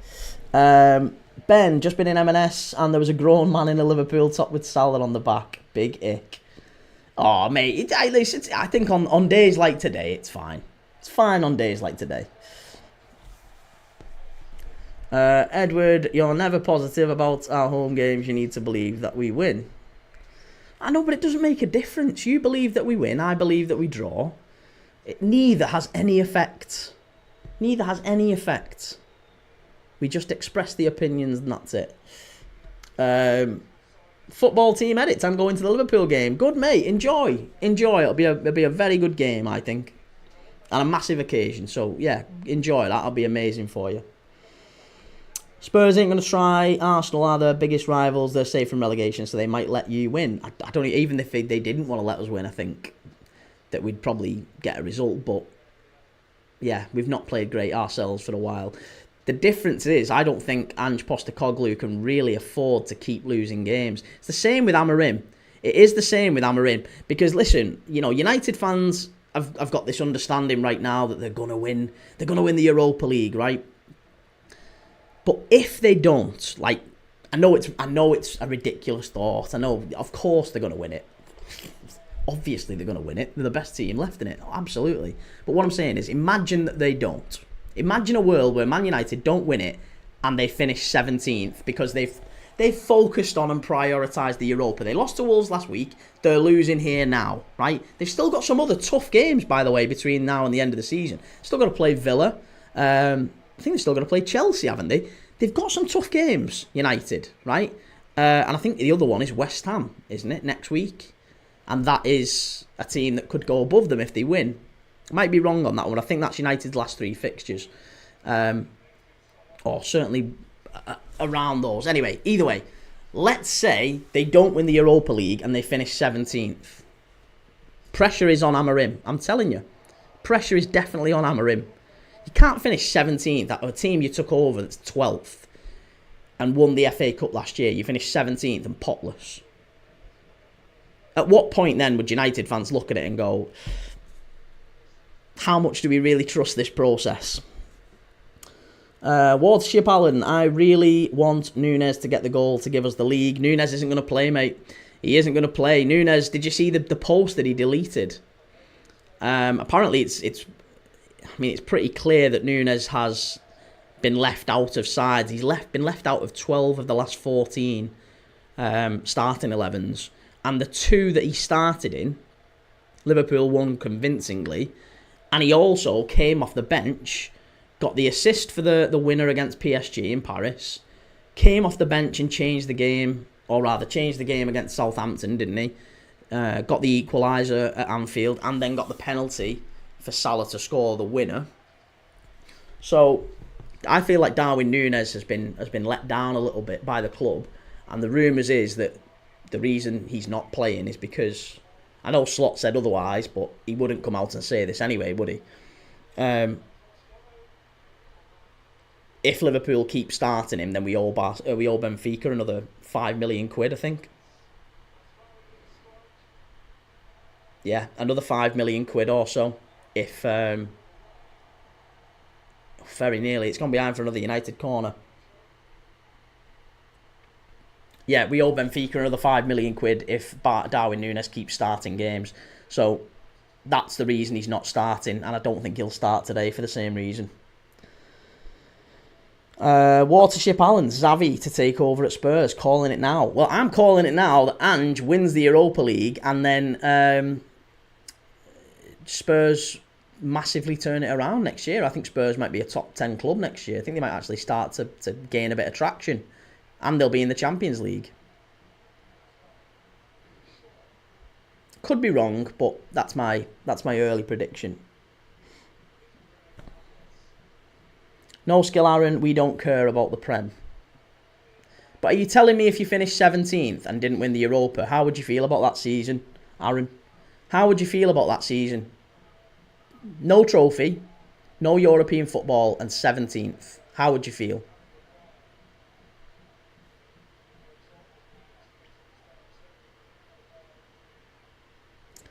Darwin just not good enough at the top level. It's quite simple. Defended him a lot under Klopp, but it's dragging out. I think he's fantastic. I think he'll go to another club and do really well, Darwin Núñez. Like him a lot. Disappointing, really.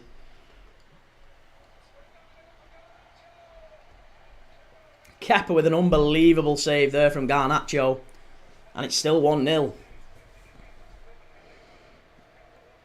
It was a great ball over the top there.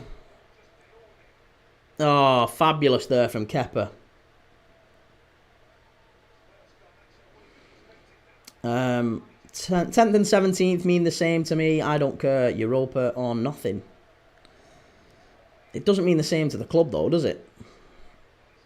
JO293, can you show the match please? No, can't show the match. Not allowed to. Channel would get banned. Corner to United. Cleared away by Bournemouth, and Bournemouth on a counter-attack here. Poor. Ben, are you saying his failure has been the club's fault? No, I'm not saying it's been the club's fault.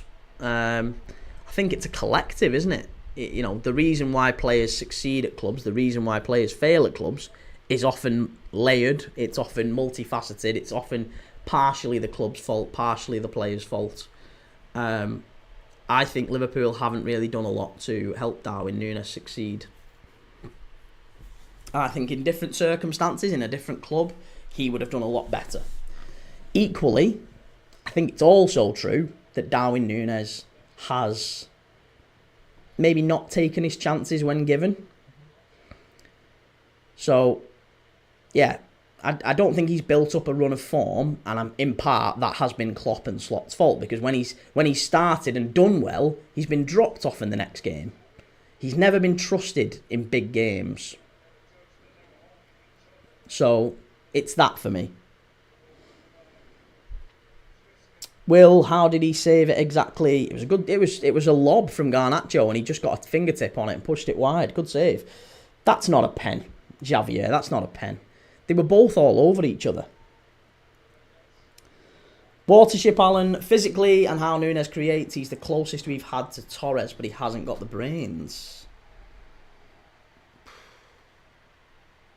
I think, yeah, I'd probably agree in part with that. I think you're right in that if I'm assuming what you're saying is that I think he's an instinctive striker. A lot of strikers are, aren't they?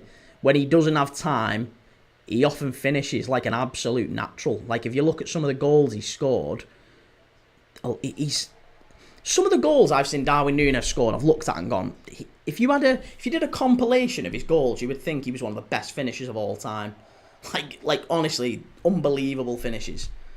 But then you do a compilation of his misses and you think, he misses so many one-on-ones. But I think in part of that is also, again, the club's responsibility, because a lot of players are confidence players, aren't they? You know, they need encouragement. They need, you're our number 9. You're going to start the next 10 games. If you start and you play badly, it doesn't matter. You're in the next game. You're my number 9. I'm going to stick with you. He needed that from a manager, and I don't think he's ever had it. So, he'll go to another club who will pay big money for him, because they'll have to, because he's worth a lot of money. He's still quite young. He'll go to a club where they will make him a priority. He will be their starting centre-forward. And unless he goes to Saudi, I hope he doesn't go to Saudi. I think I'll have got him all wrong if he goes to Saudi. I think Darwin Núñez could end up at a Barcelona. I think he could end up at Atletico Madrid. I think he could end up at some big teams, put it that way. And if he does, I think he'll kick on and do very, very well.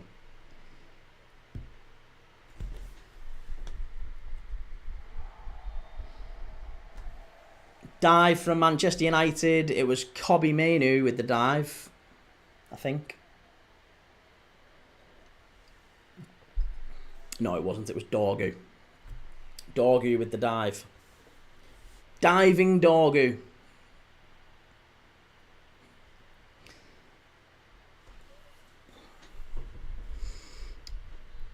No skill, Nunes ain't worth more than Rasmus.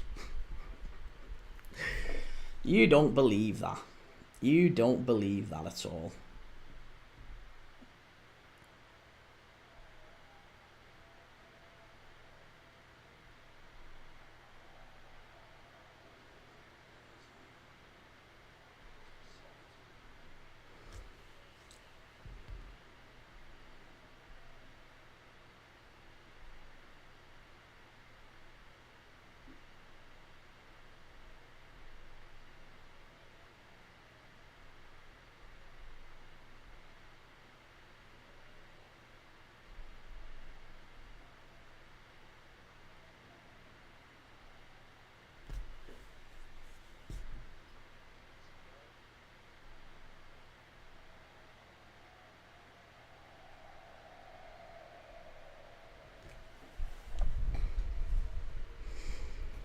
No skill, Aaron. Who's paying more than 40 million for Nunes? Well, we had a 65 million pound bid turned down in January. I think it was more than that actually, wasn't it? Wasn't it from Saudi? I think it was closer to 70. Edward, my brother was a diehard United fan, but ever since they've been crap, he's not liked them. It's so funny. Don't like that. You can't do that. You can't change your team. Once you've picked your team, that's your team. Oh, Sir Jim's there. Sir Jim Ratcliffe's there watching his team. Oh, no. It's not going so well. No skill, Aaron. Yes, Saudi, shock. So what's up with that? What's up with him going to Saudi? I don't think he will go to Saudi. I think there'll be other teams in for him.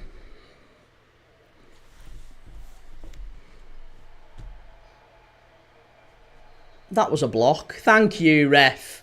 Thank you. Lenny Yoro. Reckless defending from Lenny Yoro. Should be a foul and a yellow card, that. Dragging Evan Nilsson down. Nunes will go to Spain or Italy. We'll get at least 65 million for Darwin. Yeah, minimum. Minimum. Which is not that far off what we paid for him, to be honest. So I'm kind of happy with that. We'll win a league title with him. We'll win a couple of cups. He's been part of a very good Liverpool side. I have liked him at Liverpool. Some big goals. The Brentford goal, the Forest goal, the Newcastle game, scoring a couple against United in that 7-0. He'll always be remembered as a proper, really good Liverpool. Not an icon or a legend or anything like that, but a really good Liverpool squad player, let's say. We've had a lot of them over the years, but he's up there.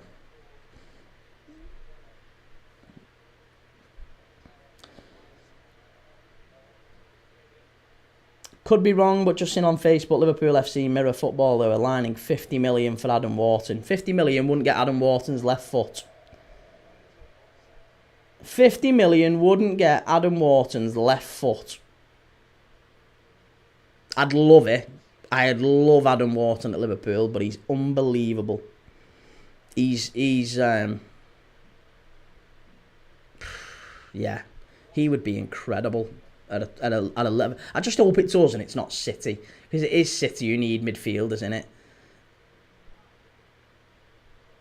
And I always feel like whenever I see players who I really like go to City or Chelsea or even Newcastle a little bit now because of the whole Saudi thing, it always just makes me sad a little bit inside, because you want him to go to a proper big club, and it all feels a little bit plastic and manufactured. He's such a likeable player, Wharton. Same with Eze. I'd almost rather him go and play on the continent, go and play it with a Bayern or an Inter or a whoever, Dry Salmon 69, how many minutes added on? 2 minutes. Jake, Palace are horrible to deal with. Newcastle found that out in the summer. Ben, good fit with him coming from the Northwest. Did he come from the Northwest, Adam Wharton? Don't know if he did he? I know he played with Tyler Morton at Blackburn. I don't know if that is actually where he's from, though. Lille have scored in the game against Angers in the French League.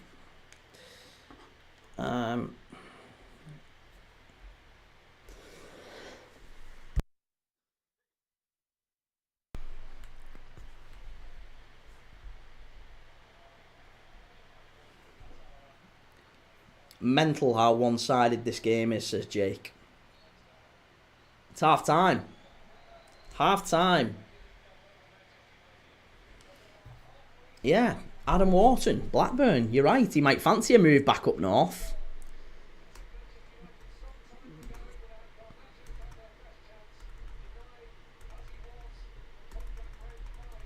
Right, there you go. 45 minutes, half time. Bournemouth 1, Manchester United 0. Great performance from Bournemouth. They've battered him. They've absolutely battered him. And Manchester United are looking at another sour defeat in the Premier League.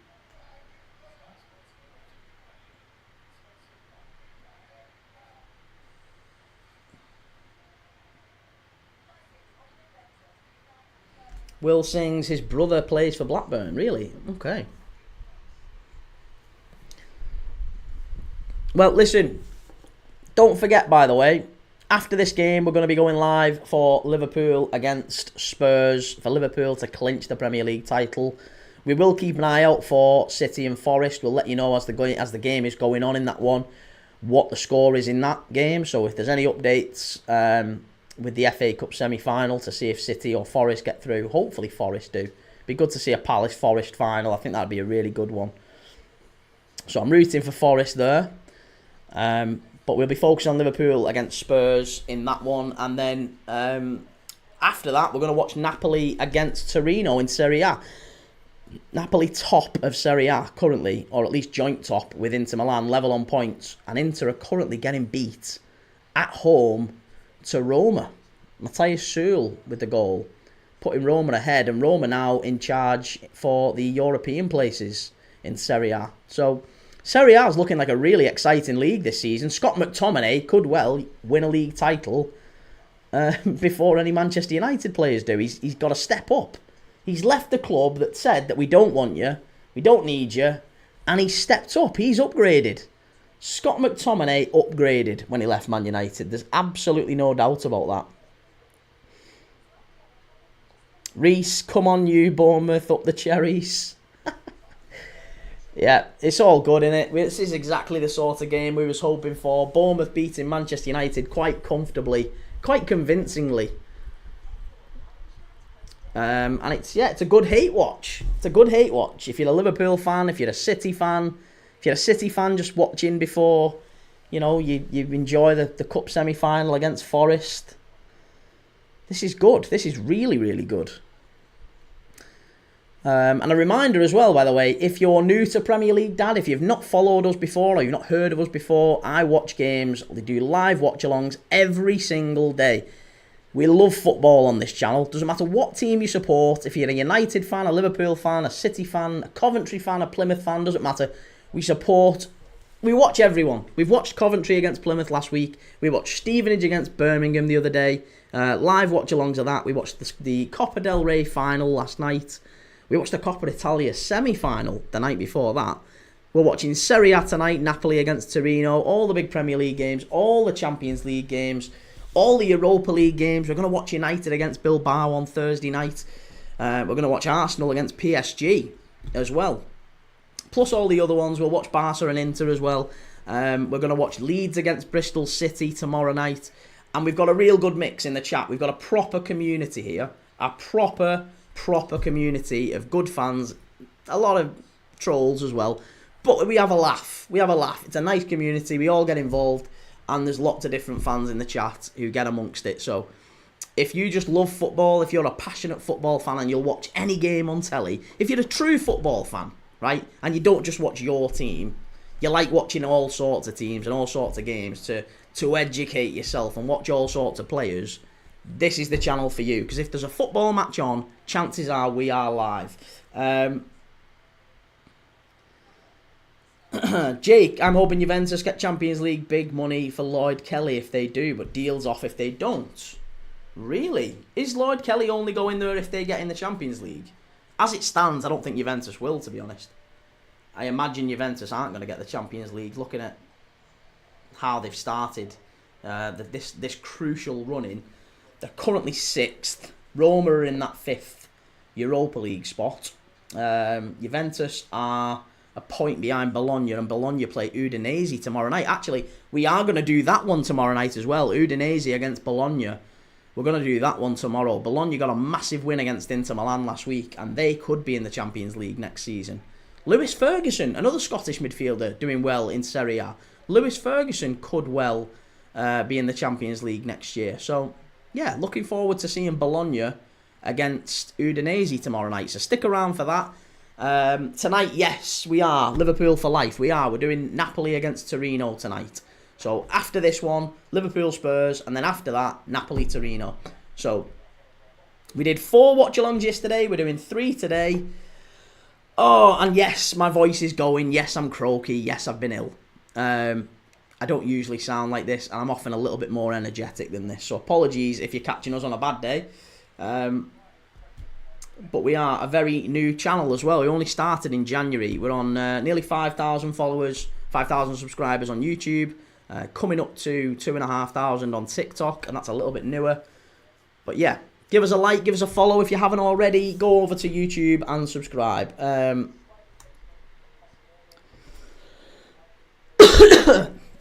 Excuse me. Reese, thank you for sharing.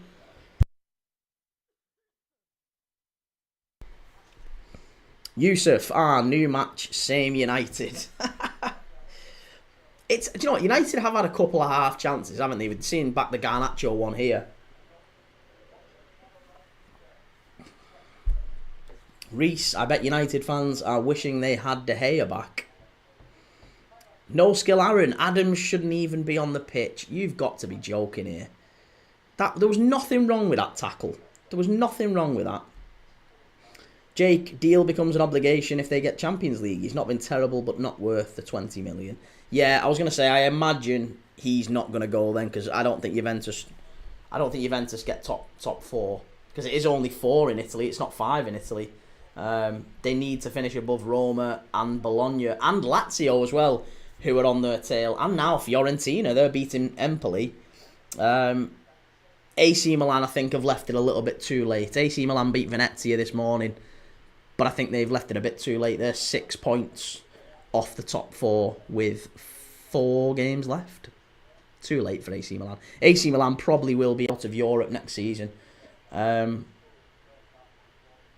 Europe at all for AC Milan. A lot like Man United next season. 2 European giants with no European football next season. Difference is AC Milan haven't got as far back to climb.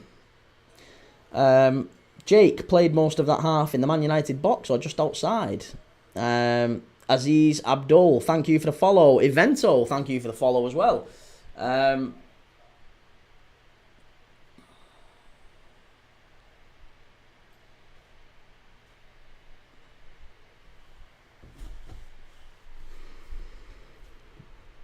So, what changes if you're Ruben Amorim at that half-time now, in that half-time dressing room? What are you saying to those Manchester United players? What changes would you make, if any? What do you think? As a Man United fan, I'm sure we've got Manchester United fans in the chat. We've got hundreds watching us currently across all platforms. We're on Instagram, TikTok, X, YouTube, Facebook, Twitch, all of that good stuff. But if you're a Manchester United fan watching this now, what changes do you anticipate, if any, Ruben Amorim needs to make? And what would you be saying to those United players? What would you be saying at all? Kane, get out and don't come back. No skill, Aaron, none, we don't care. We don't care. The one and only, I'd be saying your shit. No skill, Aaron, put the youngsters on and save the legs. I think you're going to be very surprised, Aaron, at just how bad it is when teams are in a bad run of form going into a big game. It drains all player confidence. You've got to have. It's much better. I would argue it would be much better for United to be on a run of 4 or 5 wins, right? And the players to be a little bit tired, but be on a run of wins going into that Bilbao tie, than it would be for the players to be totally refreshed, but the club's lost 3-4 games on the spin. Because all of that good faith from the Lyon turnaround, that's all being eroded, Losing at home to Wolves, losing away to Bournemouth. You don't think all of that good faith is being eroded? Every game by game, United dripping closer and closer to the bottom of the table.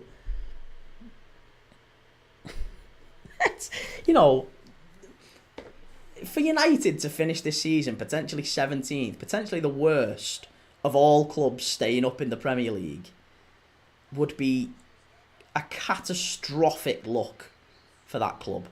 Catastrophic. Kane, I'm putting my onesie on because this game's over. Yusuf, we need to beat Bournemouth after the Bilbao game. We need to beat Bournemouth after the Bilbao game. You're not playing Bournemouth after the Bilbao game. Reece, I think Man United's mascot could score more than Højlund.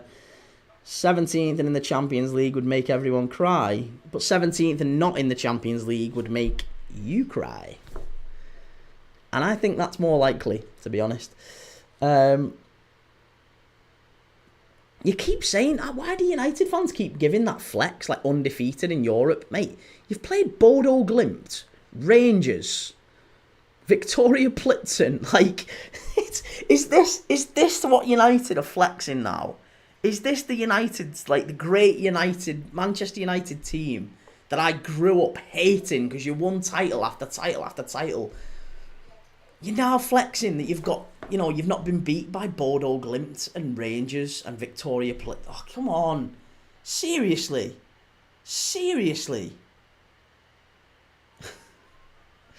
It's mad. It's honestly, the fall off has been huge.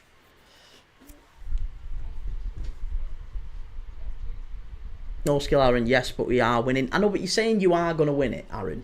You're saying you are going to win it. And again, that's all great.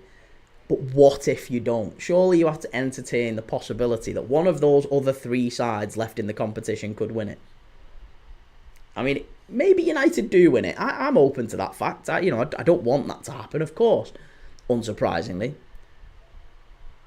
But I don't think it's certain. And I don't even think it's likely. I think Bilbao are favourites. I mean, they are favourites, aren't they? Bilbao are favourites to go through. Spurs are probably favourites in the other one. And overall, I would say Bilbao are favourites against Spurs. So you may be third favourites with the bookies. And bookies very rarely are wrong. You don't see a poor bookie. If you see a bookie cycling to work, then I'd say, all right, fine, United might win the Europa League. Maybe Aaron's right. No skill, Aaron. Who are you playing in Europe? We're not playing in Europe, mate. We're winning a league title today. We're not playing in Europe. We got knocked out by PSG. Did you remember? We got knocked out on penalties by PSG after finishing first out of every team in Europe, after beating Real Madrid, just like Arsenal did. After, finishing top of the Champions League comfortably, we got knocked out on penalties by PSG. It's unlucky. PSG are probably the best side in Europe this season. I have no problem admitting that. On the other hand, you are celebrating Manchester United not getting beaten by Rangers at home. By the way, Rangers, you needed a last-minute winner to beat. Rangers. Look at where Rangers are in the SPL this season. You needed a last-minute winner to beat them. You barely got past Bodo Glimt. You barely got past Victoria Plitzen. It was a mad performance from United, that Rangers game. I just can't believe United are flexing that. I can't believe you're flexing it. Kane, I have a feeling Bodo beats Spurs. Yeah, there's a few others said that, mate. A few of us said that. I think you might. I mean, look, I don't. I think Spurs are going to do it, but Bodo aren't an easy team. They aren't an easy team over 2 legs, but I would still expect Spurs to do it.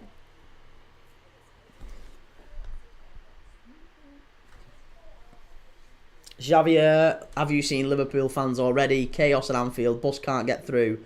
Probably get delayed. It won't get delayed. They'll get through. They'll get through. But yeah, look at that. That's a proper title celebration. Millions on the streets. Love it. That's brilliant. Aaron makes lifting the Europa even sweeter. The tears. Well, listen. I'll be here. I'll be here. If United lift it, I'll be here. You have my word. I'll be here. I'll be live, watching that Europa League final. Something tells me you won't be in the chat. Something tells me you won't be in the chat when we do. Xavier, it's trapped. The bus ain't moving at all. Edward, I don't get why United fans brag about still being in Europe. It's a lower level than the Champions League. DZ, do you think people will be watching the Liverpool game or the FA Cup final? Do you mean the FA Cup semi-final? I assume you meant the semi-final. I don't know if we're playing on the FA Cup final day. I assume that's probably after the season now. I don't know when that's scheduled for. There was a time when the FA Cup final was always like the last game of the season. But yeah, I think probably people will watch the FA Cup semi-final, the Forest and City game, the neutrals, let's say. Others, you never know. You know, Liverpool fans and Spurs fans, I think, will watch. Will watch Liverpool and Spurs. But Liverpool and Spurs are 2 of the most well-supported clubs around the world. So I don't think it's by any means a stretch to say that the viewers will be bigger in the FA Cup game.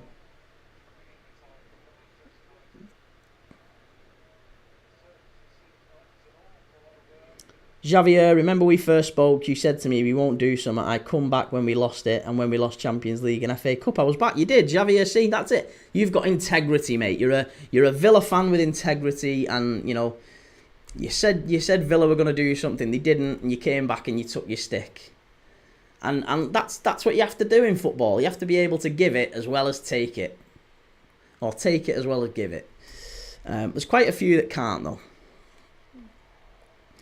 DZ, will it be sad for a Liverpool fan that they lifted the COVID title and people may watch the semi? No, not at all. Not at all, mate. We've got 2 league titles in an era that's dominated by a team that has broken all the rules, and Liverpool have still beat them. We've still beat them, even when they're breaking all the rules, allegedly. And Liverpool are the only team to beat them. So Liverpool are maybe, according to DZ, the saviours of English football. Ben, I think it's a Spurs-Bilbao final with Bilbao winning comfortably. I think that might be right. Pilot Palambang, thank you for the follow. Great name as well.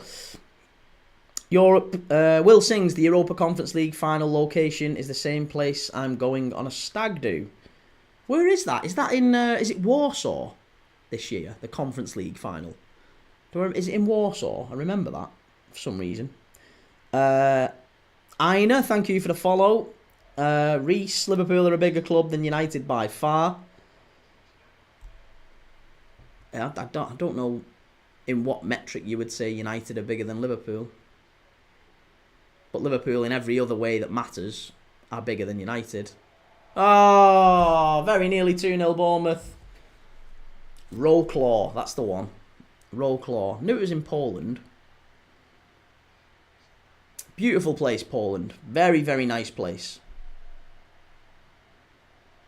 DZ, what did you think about Real Madrid's players yesterday? Thought Rudiger was vile. Yeah, well, I mean, look, Real Madrid are a team, you know, built on winning, aren't they? They don't do losing very well. They're all sore losers, and they don't do losing with grace.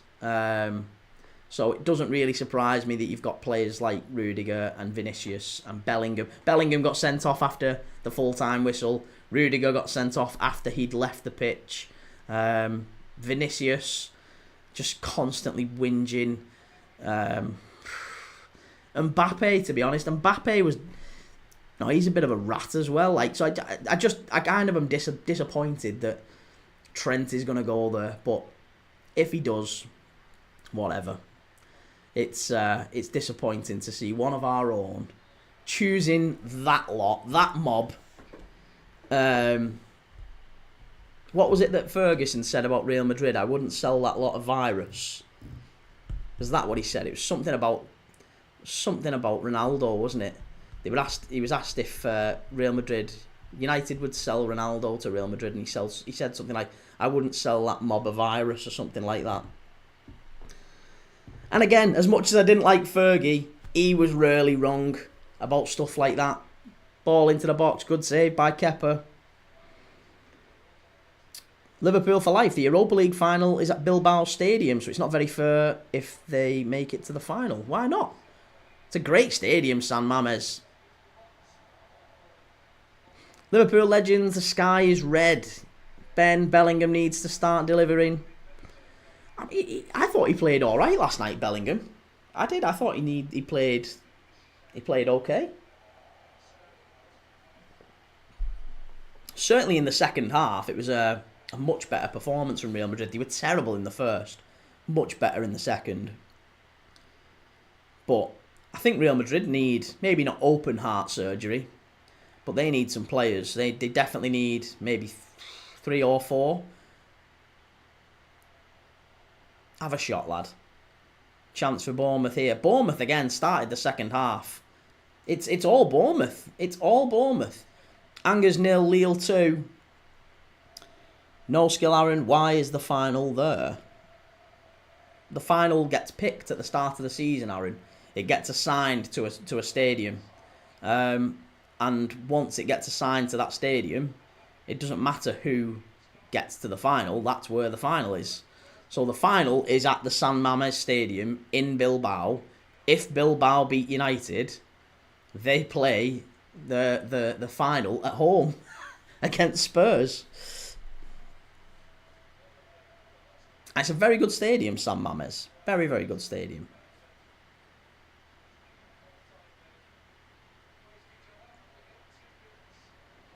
No skill, Aaron. What stadiums are included in that? All stadiums. All stadiums. At the start of the season, usually the season before, actually. Usually the season before, UEFA picks the destination of where the final is going to be held for each of its main events. You know, the Champions League, the Europa League, and the Conference League.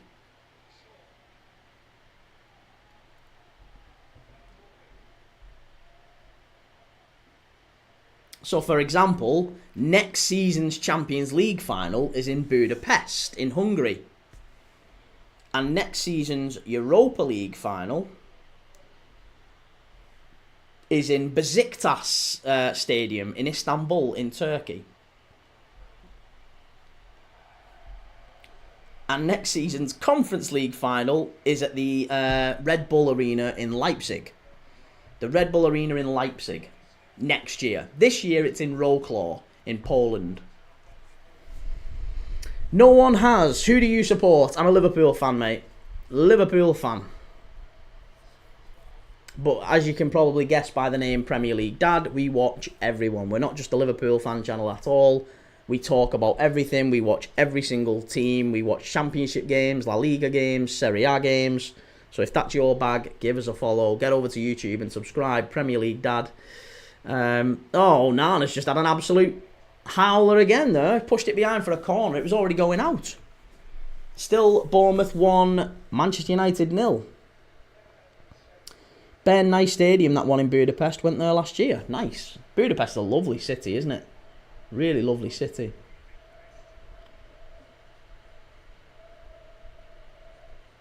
Ben, I love it how Bruno Fernandes just moans like a baby on the pitch and doesn't get his own way. Yeah. Yeah, he's not a captain, is he, Bruno Fernandes? At least not a proper captain. Not the sort of captain I'd want anyway for my club. Will, when we won the Champions League final in 2005, whose stadium was that in Istanbul? It's the it's not a club stadium. At least I don't know if it is anymore. It was the national stadium, the Ataturk Stadium in Istanbul. And then in 2007, it was in Athens.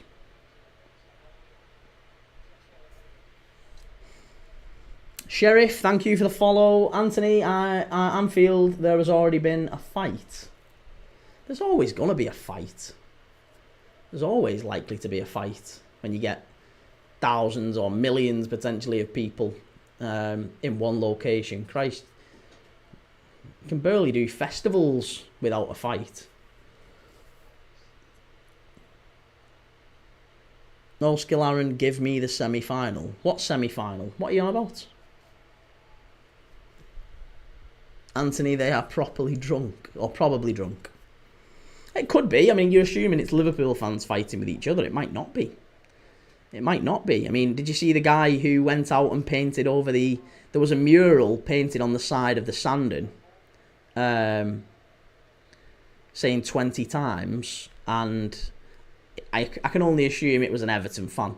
But either way, a disgruntled person, clearly not a Liverpool fan, went out and spray painted over it. It had only been on for a few hours, and someone went out and spray painted over it. There you go. I think Aaron's just owned up to that. DZ think they're fighting for VVD's knickers. Yeah, get in line. Get in line, I'll take them. Best centre-back of all time. I'll take them. Tell them where Bob from Uganda, but Man U can disappoint. Good to see you, Bob. How's things in Uganda? No skill, Aaron. Refs and PGMOL already got them. United down the left-hand side here. Garnacho. Chance. Oh, he's missed the sitter. Who was that? Oh, it's Bruno. Bruno's missed the sitter. Bruno's missed the sitter. Oh, he's so reliable, they say. I think Garnacho would have been offside there anyway. Garnacho would have been offside, but he got down the left-hand side, pulled it back, and on the penalty spot, a free shot on goal, unmarked. Bruno Fernandes skewed it wide. Horrendous, that. Tell him where Bob, Uganda is fine, sir. Excellent. Got a friend who's in Uganda at the moment, funnily enough. Not a friend per se, an ex-school friend who's in Uganda. He's in... he did tell me this yesterday.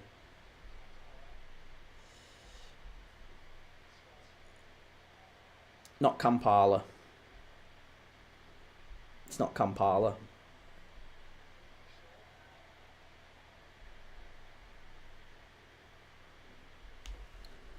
I don't know. I can't remember. But he told me where he was. It's not Kampala. DZ, I see your kits behind you. What's your fave from your collection and why? Ooh. Yellow card for Dorgu. It's a pretty bad foul, actually. It's a free kick to Bournemouth on the right-hand side near the corner flag. Do you know what? That wasn't a foul, actually. That wasn't a foul at all. Dorgu shouldn't have got a yellow card for that. The player kicked Dorgu, if anything. KC, thank you for the follow. My fave kit. I have easily got over 100, and there's just 8 behind me. My wife goes nuts. We need to get rid of him. Get rid of him. Get shut of him. They're just clogging up space. Get rid of him. So yeah, the plan is once the channel gets big enough and we start getting regular, people in the chat, that we start giving away some shirts if people want them. But yeah, maybe I've got a lot of good ones. I show this one quite a lot. Because it is quite nice. I've got a Totti shirt from when I went to Rome, proper old school Roma shirt with Totti on the back. I've got obviously that PSG one there with Ronaldinho on the back. I I quite like the Atletico Madrid one, to be honest. Quite like that. And I've got like Liverpool ones stretching back to the early 90s, so yeah, they probably make up maybe 20% of the kit collection.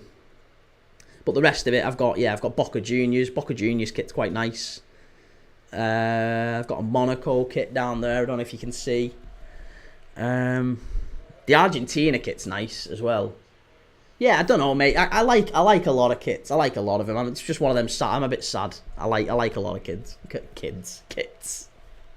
like a lot of kits. Jake, McFlurry Lids, Bruno Fernandes, Chocolate Fireguard. Sorry, thought we was naming useless things. That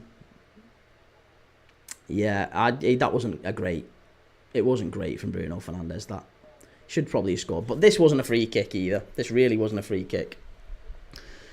Edward, lineups are out. We'll have a look at them in a minute, mate.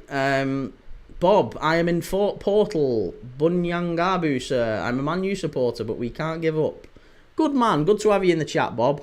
Ball in. Wow, off the bar. Bournemouth chance. Just wide. Bournemouth hit the bar. That could have been 2-0. Dango Ouattara there. Unlucky. Free kick whipped in. And I think that's going to be a corner, is it? I think it might be a corner. It was a shot on goal from Dango. And it is a corner. No Skill Aaron, have you got any signed ones? No. No signed ones. I have. No, I have got one signed one. Xabi Alonso signed my Liverpool 2004 yellow away kit. That's it. That's the only one. I think. Ball into the box, gone all the way out for a goal kick. Bournemouth still pressing here. Bournemouth really putting pressure on United early in the second half. Liverpool legends, who's the Liverpool one got on the back? I haven't got any Liverpool names on the back, I don't think. I never used to get names on the back. I think I might have one with Fowler on the back. I think he's the only one I ever did. I might have Fowler on the back on one. The rest of them, it's just, yeah, they're just all the shirts, no names. DZ, is that an Aguero Atletico jersey, seen as though he owned Liverpool? Amazing collection, mate. Thanks, man. It's not. I wouldn't say it's a collection per se. It's just ones that I've just acquired over time. I've not got them laid out in any specific way. I'm probably going to rotate them for the start of the new season. I'll put eight different ones up there.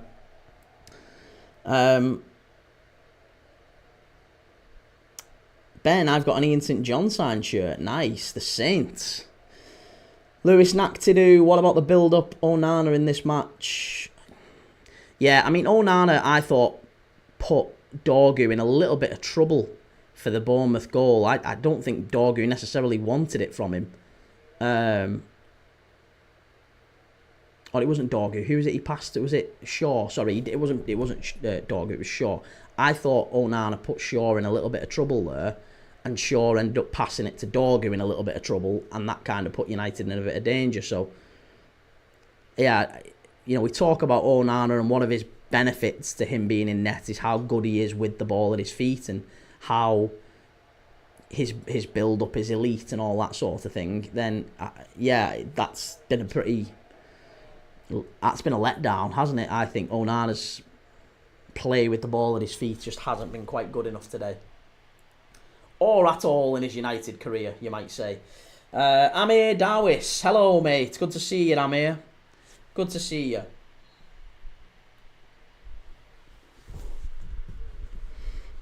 Jake, I have a Jimmy Traore signature. Went to a Liverpool reserve game as a kid. Only one who stopped. Nice.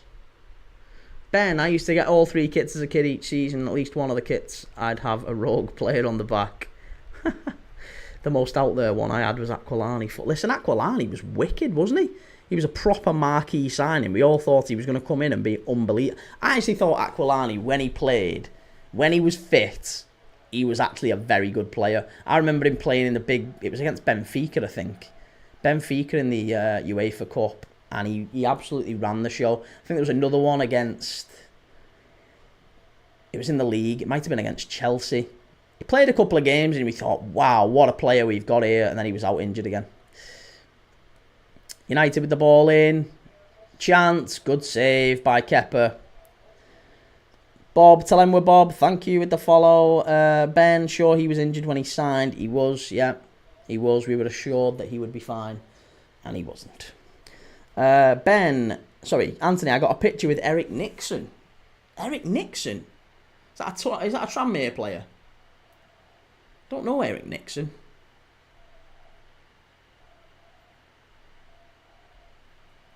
Can't say I'm aware of Eric Nixon anyway.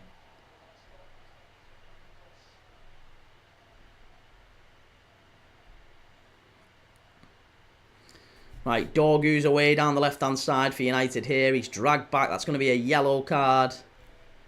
Is it for Adam Smith? Is it Adam Smith or is it Dango Ouattara? I'm not sure which one it was that pulled him back. It wasn't Kluivert. I thought it was just one of those players down the right-hand side for Bournemouth, but no, it was the central midfielder, Kluivert, who dragged him back.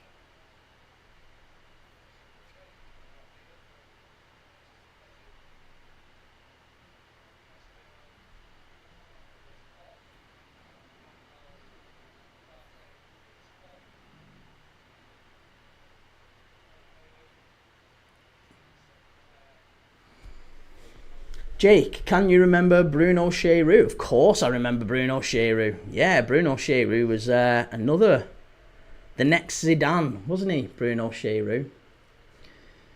That was a great decision from Gerard Houllier. The next Zidane. Scored a hell of a goal though against Chelsea at Stamford Bridge. If you go on YouTube, you'll find that. Emile Heskey with the cross. Bruno Cheroux at the back post. Fabulous goal. To help us beat Chelsea. Rubes, hey Grandad, you feeling better today? Yeah, not really. I still sound a bit funny, but I'm getting there. Be fine. Will, all I know is that Trent starts at right back for us. Haven't seen the rest of them. Let's have a look. Go on, we'll do it. We'll have a look now while we've got time. Because all the players are just coming out now for Spurs. Spurs have made a couple of changes, I'm led to believe. The starting lineups, here we go. What a surprise. Liverpool have gone with Diaz and Gakpo up front. So it's Alisson in goal, Trent Alexander-Arnold right back, Kanate, Van Dijk, Robertson. Midfield is, as you'd expect, McAllister, Gravenberch, Szoboszlai. Front three of Salah, Diaz, Gakpo. For Spurs, it's Vicario in goal, it's a Doggy and Spence at full-back, with Danzo and Ben Davis in the centre of defence. I don't think that's all that great for Spurs. Maybe the resting Van der Ven and Romero. Both of those are on the bench, I believe. Van der Ven and Romero. Yeah. In midfield, it's Archie Gray, Maddison and Bergvall. And then up front, it's Solanke, Tell and Brennan Johnson. So that's the lineup for Spurs and Liverpool. On the bench for Liverpool, it's Chiesa, Jota, Elliott, Endo, Jones, Kelleher, Nunes, Kwanzaa, Tsimikas. For Spurs, it's Bissouma, Kinski, Kulusevski, Odegaard, Porro, Richarlison, Romero, Sarr and Van der Ven.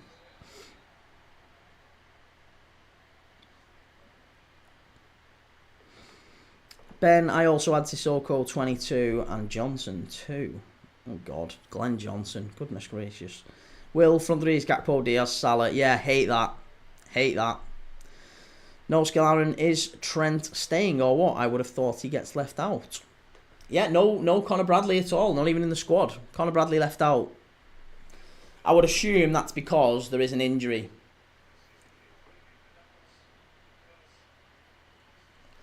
Michael, looks Chelsea will give Liverpool a guard of honour next week. Yeah, Chelsea will give Liverpool a guard of honour. Arsenal will give Liverpool a guard of honour. Brighton. They'll all be guards of honour. Guards of honour all round.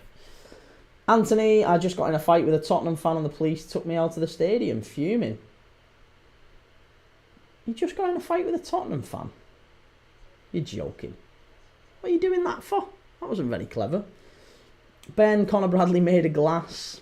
Behave yourself. He's just had one bad injury recently. Alright, there's a possible red card check here. Evan Ilson.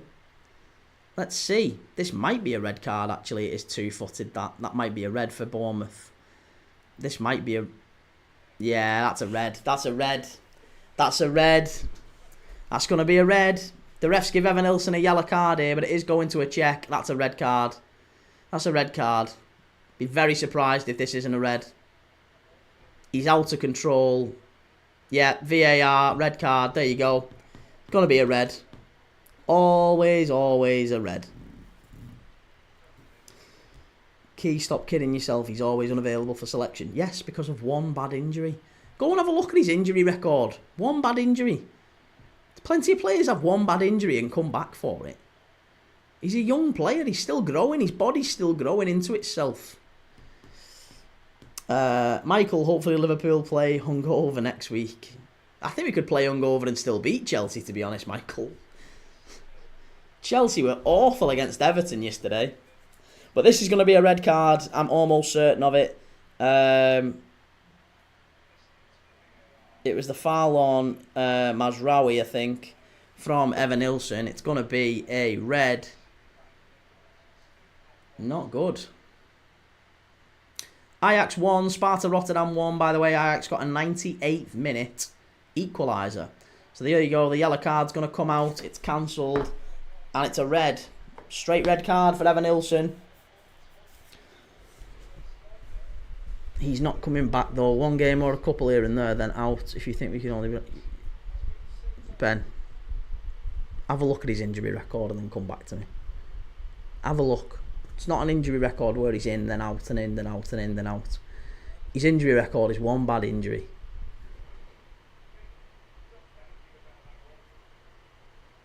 No skill, Aaron. Who are the top 3 available right backs? Not stupid answers. Probably Mazraoui, Delo, and Dorgu. Yeah, probably them 3.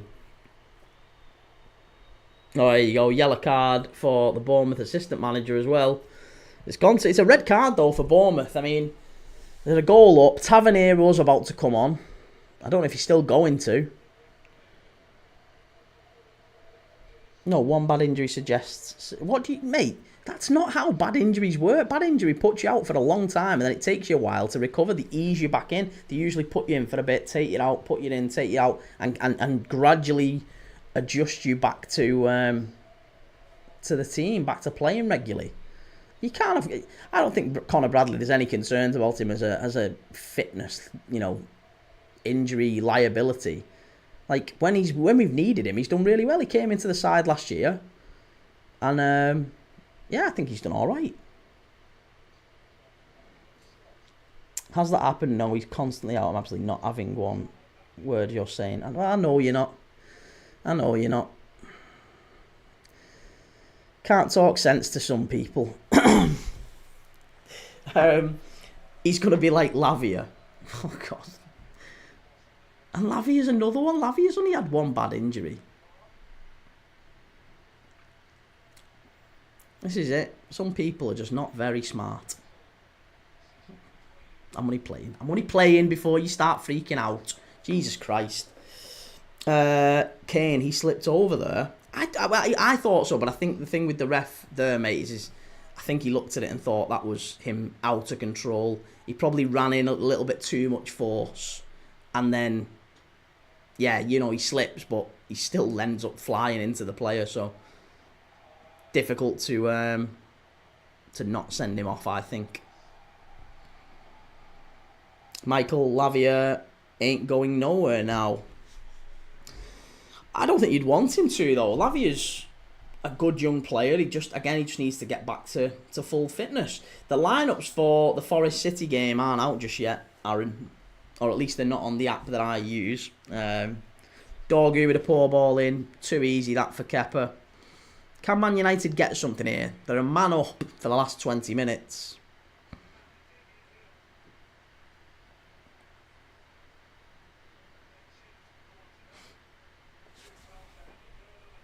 Yeah, they're not Aaron. Might be on the official Twitter accounts, but they're not on my app. So until they're on my app, I can't see them.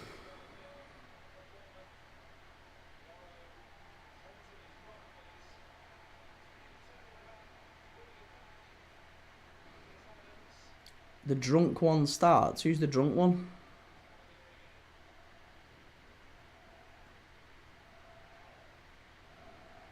Bournemouth flying forward here. Can they get a second, maybe? It's gone behind. Corner to Bournemouth. Poor play from Bruno Fernandes. Grealish.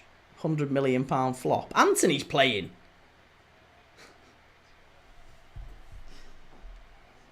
Or Caicedo. Caicedo playing.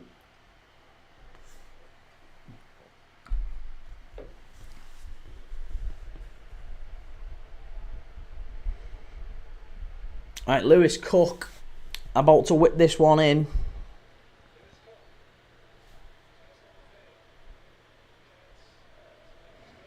Come on, Dean Hyson, get your head on this one.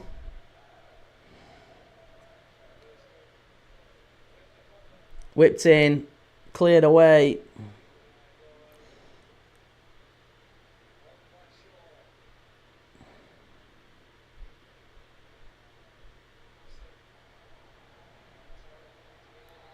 Oh, it's hard as offside. Steady on, Chelsea fans will be onto you like a rash. Caicedo's worth about 215 million, says Michael. Yeah, I do. I was only playing. I like Caicedo. Good player. Good player.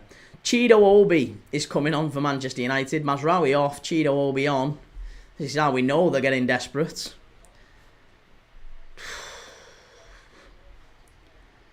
But still, Manchester United fans will tell you that they're not interested in this. They're not interested in the Premier League.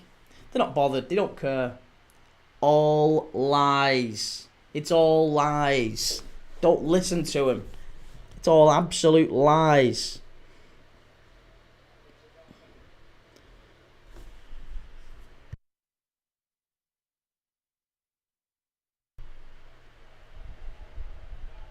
Here's Mason Mount. Amas. Chance. Oh, good play there from Bournemouth. Cleared off the line, I think. I think that was cleared off the line. It was Chido Obi, funnily enough. He very nearly got his first touch with a goal.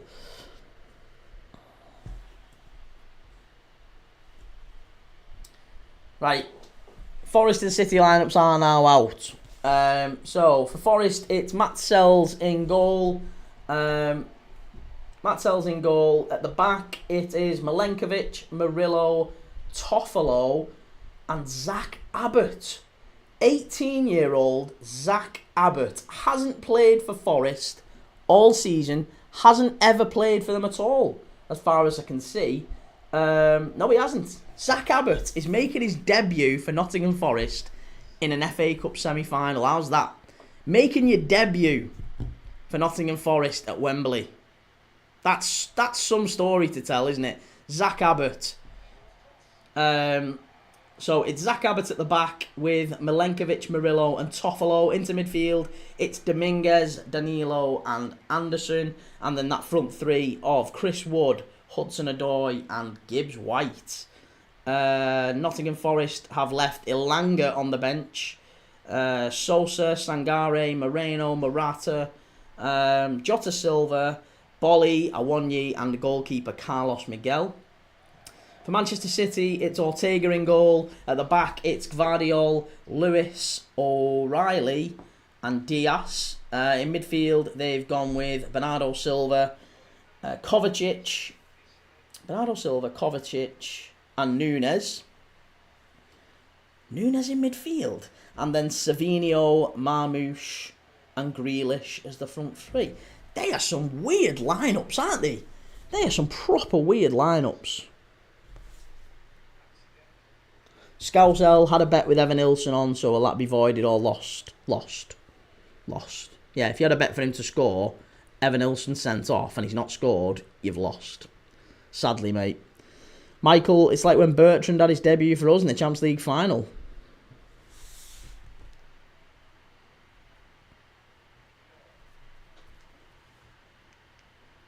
Has it cut off? I don't think it has cut off, Anthony. No. Might have just been yours, that one. Scousel, no, not scored, just shot it was. But yeah, heavy should be voided. Yeah, no, I think that's it, mate. I think that's it because he got sent off. Bournemouth, that's a foul and a yellow card, surely. Yellow card for sure. Thank you, sir. Get him booked, ref.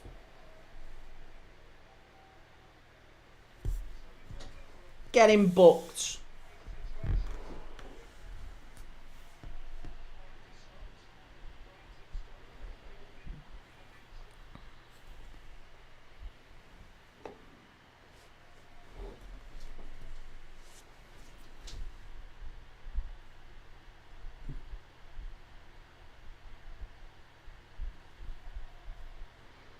Well, if Bournemouth can hang on here, like I say, it puts them up to 8th in the league.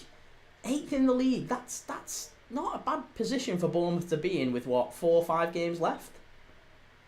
That's, yeah, some going. Some going, that. Inter still getting beat by AS Roma. Would you believe?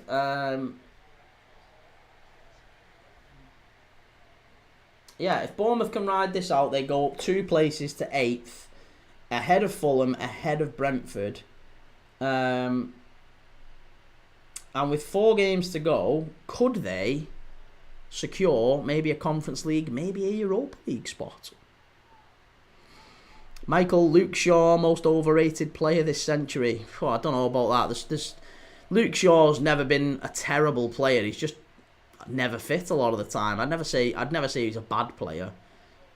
He's just, yeah, never fit. There's not many players scored for England in a European, an international final. Luke Shaw's one of them, isn't he? Fowler from Mason Mount. His career's gone downhill. As a Chelsea fan, Michael, you've got to acknowledge how bad it is that Mason Mount is where he is in his career as well. I can't believe Mason Mount's had that much of a fall off.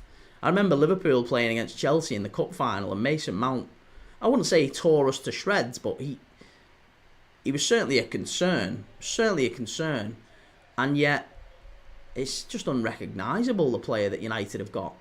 Again, 50 million quid, another player that Man United are just going to kind of have to let go. They might as well have set fire to that money. Because if Mount goes, and I would assume he's a player that Amorim wants to move on, I would assume he's a player that United fans think they need to improve on. So, let's say Mason Mount goes, how much does he go for in this market? I don't think you get 20 million quid for Mason Mount. 15 million? And what club takes a gamble on him? I think he has to go abroad now. I think Mason Mount, if he was to leave United, probably does what McTominay's done and maybe goes to Napoli. Maybe I don't think Napoli would take him, but maybe an Italian club or a La Liga club or something like that. No skill, Aaron. What happens to the Prem team that finishes in the Europa spot if Palace win the FA Cup? Nothing. If Palace win the FA Cup, then the Europa League position doesn't come down another level. Unless Chelsea... There's only 2 extra European places up for grabs. Only 2. There's the FA Cup and there's the Conference League. That's it. Chelsea win the Conference League, they get a Europa League spot. However, they've probably already qualified for the Europa League by virtue of their league spot. So therefore, England, the country, get an extra spot in their league position. So the team that finishes 7th currently gets the Conference League. That then would become 8th. 8th would get the Conference League.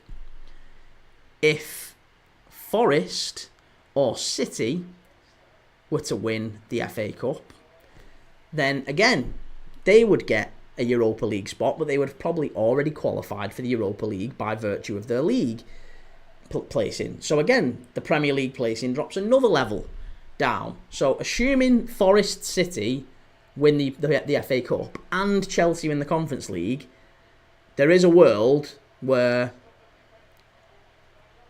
5 teams get the Champions League, 6th, 7th and 8th get Europa League, and 9th gets the Conference League. That's what would happen in that circumstance.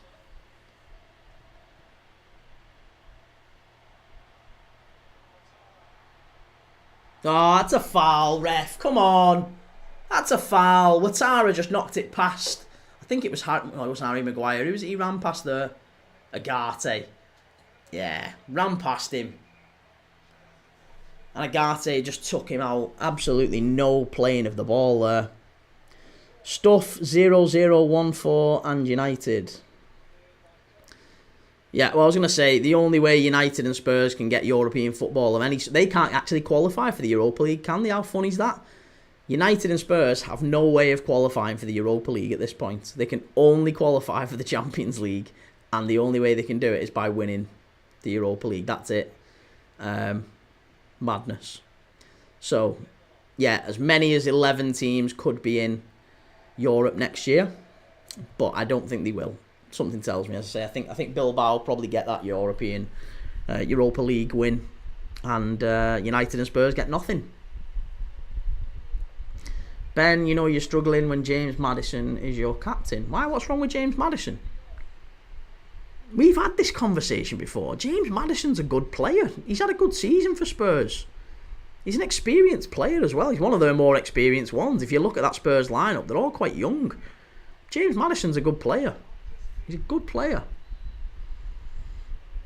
Stuff 0014, can they meet in the final? They can, yes. If United beat Bilbao and Bodo Glimt lose to Spurs, then Spurs will play Manchester United at the San Mamés Stadium in Bilbao in late May. So, yeah, they can play each other in the final. Ball into the box there, flicked away by, is it Zabanyi, I think, at the back post? It's gone behind for a corner to United. Last 5 minutes here. Ben, do you think James Maddison is a captain? What do you mean, do I think he's a captain? In what way wouldn't he be a captain? I don't think there's any concerns about his attitude, is there? Is there any concerns about Maddison's attitude? I think he's a good player. And I think he is experienced enough that he's played a lot of football. He's of a certain age that a lot of those Spurs players aren't. And he plays in an area of the pitch that you would rather a captain be in, rather than maybe a right back or a centre forward. So yeah, I don't think James Maddison is a bad leader or a bad captain. Hotspur Army, I'm going on my bike when the game starts. Don't want to watch us get smoked. Ben, is he a leader? No, in short, he isn't. That's what I'm saying. You know you're struggling when he's captain, because I agree. There's no one else to give it to today. I don't know if I'd look at him and say he's not a leader. Like, I don't think I'd be that harsh with it. Like, again, we don't know these people. Like, we don't know what he's like. He might well be a talker. He might be quite vocal on the pitch. He might be a leader. We don't know.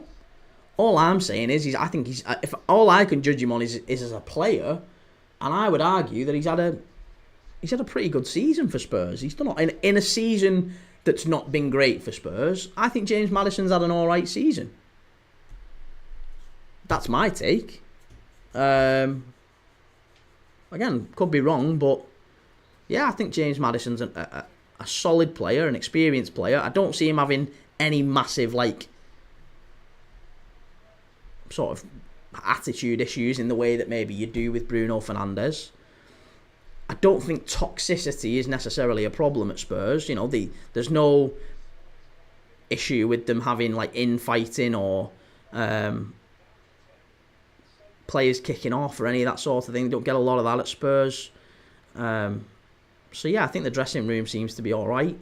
It's not quite the same as United. And there's all sorts of different captains as well, isn't there? You get all sorts of captains. You get some captains who don't speak at all, who don't lead, who just lead by virtue of the fact that they play very well on the pitch. Fernando Torres did that at Atletico Madrid. That's why you sometimes get young captains, because they can just help others step up. They just are the best player.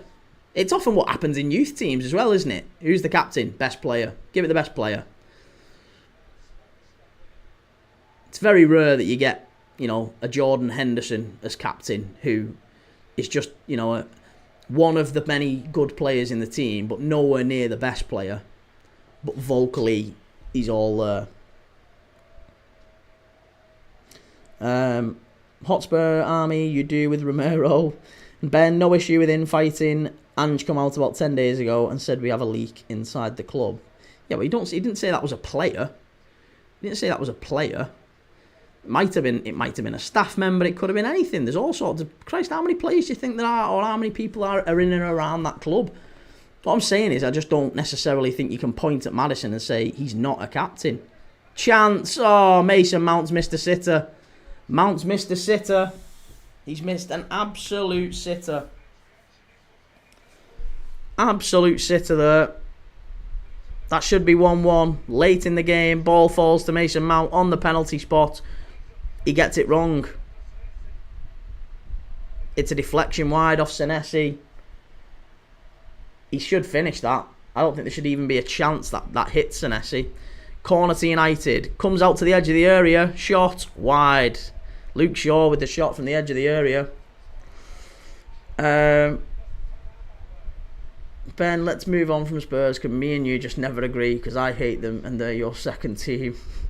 No, they're not my second team. If anything, Bournemouth are my second team, but you do hate them, and therefore your judgment is clouded.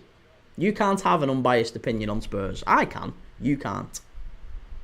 I can't have an unbiased opinion on Chelsea or a lot of other teams, to be honest. But yeah, Spurs, I ain't got a problem with Spurs.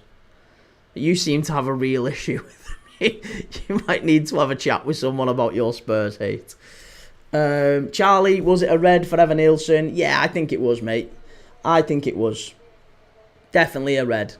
9 added minutes here. 9 added minutes at the Vitality Stadium. Can United come back? Can they get something in this? I don't think so. They've had a couple of outside the box sort of chances in the second half until Mount gets that one. Fernandes missed that sitter, of course, as well. But that was ages ago. They've not really dominated Bournemouth since the red card, have they? It doesn't really feel like they've had them, locked in the penalty area or anything like that. No skill, Aaron. You love Spurs, closet fan. I don't love Spurs. I ain't got a problem with Spurs, though. Just because I'm not saying United are going to win the Europa League. Chido Obi. Oh, corner. Good save there by Kepa. We're into the 91st minute here at the Vitality Stadium.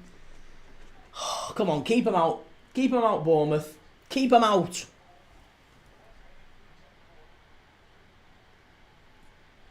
Can't beat 10-man Bournemouth. Can't beat 10-man Lyon. That was the situation. Unbelievable.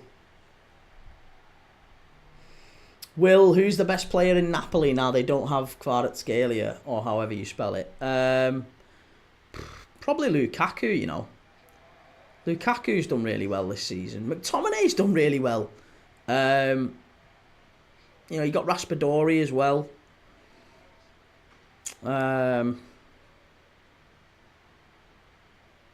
Yeah, maybe, I don't know. It's tough. I think Napoli are just a good side. They're still getting beat into. Still 1-0. Yeah, Napoli are just a really good side.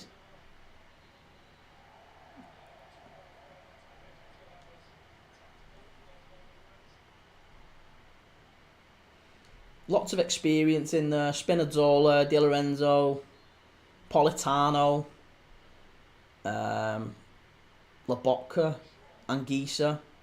But yeah, Lukaku and Raspadori are your sort of main players up front. Cleared away. United with a chance again. Comes out. Shot from distance. Oh, into the side netting from Bruno Fernandes again, would you believe? Oh, those United fans not looking happy. Blurry, the atmosphere here at Anfield is crazy. Yeah, I would expect nothing less. Proper club winning a title. That's what it's about. Liverpool smashing it in. Come on. Bruno Fernandes can't score against these. He's had 2 now. He's had 2. Mount's had 2. Sitters. Torino, who's their best player? There's a couple of ex Premier League players you might remember, Will. in the Torino side. Che Adams is up front for Torino. And, Onana very nearly lost it there. Nikola Vlasic, ex-West Ham, ex-Everton. Nikola Vlasic is another one.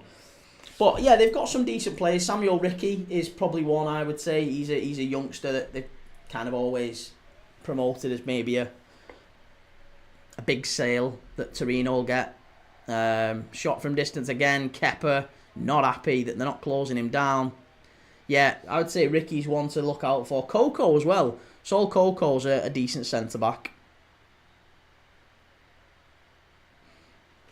How's Che Adams doing in Italy? Because he's awful in the Prem. Well, he's got 12 goals and assists in 31 games for Torino this season. So not terrible. Not terrible. He's probably doing as well for Torino as maybe someone like Strand Larsen is for Wolves. If you think about where Strand Larsen is.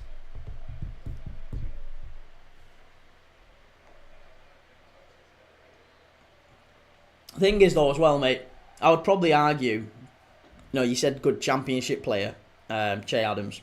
I would argue Torino are probably a bit better than Southampton were. Torino are like a mid-table Serie A club. They're playing all right this season. I mean, they're not in any danger of challenging the European places, and they're not in any danger of going down. But they're only just behind AC Milan. So Che Adams was playing for Southampton, and one of the worst teams in the Prem who don't create any real chances. He's gone to Torino where they've got players like Ricky and Biraghi and stuff like that. They've got some quality players there who can hurt you, albeit Torino's not a properly top club. Your live contains themes that some may find uncomfortable and has been restricted. Reason: alcohol, tobacco and drugs. Great. There you go. I don't know why that makes any sense. For some reason, the live has been restricted. Oh, they've got it in. They've got it in. Hoyland scored 1-1. Oh, no. No. 1-1. Is he going to stand or was he offside? Oh, please rule it out. Please rule it out. Let's see. Let's watch it back before I put it on the screen. Let's see. Was he offside? Oh, I think he might be on. I think he might be on. We're going to wait. We're going to wait for the confirmation. We're going to wait for the confirmation. Oh, no. He's got it. It's going to stand. It's 1-1. Oh, no. No. Oh. Is it because your drink glass is a beer glass? Oh, yeah, maybe. But it's mad. I don't know. Because there's no beer in it. There's no beer. I'm not drinking any beer. Will, they're 11 points behind AC Milan. Stuff 00114. Come on, you Reds. Callum's Liverpool started Trent. Surely you can't drop Bradley. Bradley's injured, mate. He's injured. He's not even on the bench. That's literally all I can think. Woke TikTok. I don't know. I mean, the audience figures have fallen quite dramatically. It's gone from nearly 400 all the way down to nearly 200. So it's halved just since that. Stuff, who are you supporting? Big man, I'm a Liverpool fan, mate. I'm a Liverpool fan, so I'm waiting for Liverpool to play Spurs shortly. But we do watch alongs for every channel, every game on this channel. So yeah, if that's your thing and you're looking for a watch along channel that you maybe they're not affiliated with any particular club, give Premier League Dad a go. FM No Casuals, honestly the Man United fans in here are proper cringe, no offence. No, offence. Not no offence, offence. United fans in here are proper cringe. That's all you needed to say. We would all agree with that. Callum will beat Spurs. They have Danzo and Davis at centre-back. I don't know. Something tells me they're still going to score first. I might be wrong. I might be wrong. We might batter them. If we do, great. I'll be made up with that. But something tells me they're going to score first.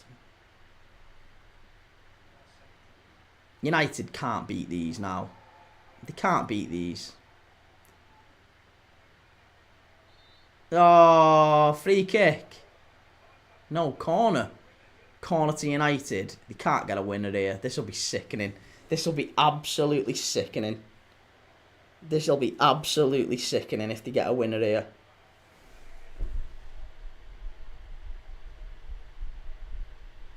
What's he saying wait for? There's not a check on a penalty, is there? No. No. Right, go on. Corner kick to United. Corner kick to United. They play it short. Bruno Fernandes. Whipped into the box. Oh, that's awful. That's awful. Who put that in? Oh, Luke Shaw. Luke Shaw. And his contract doesn't run out either. He's still got another year at United, hasn't he? Oh, that's wonderful. That's wonderful.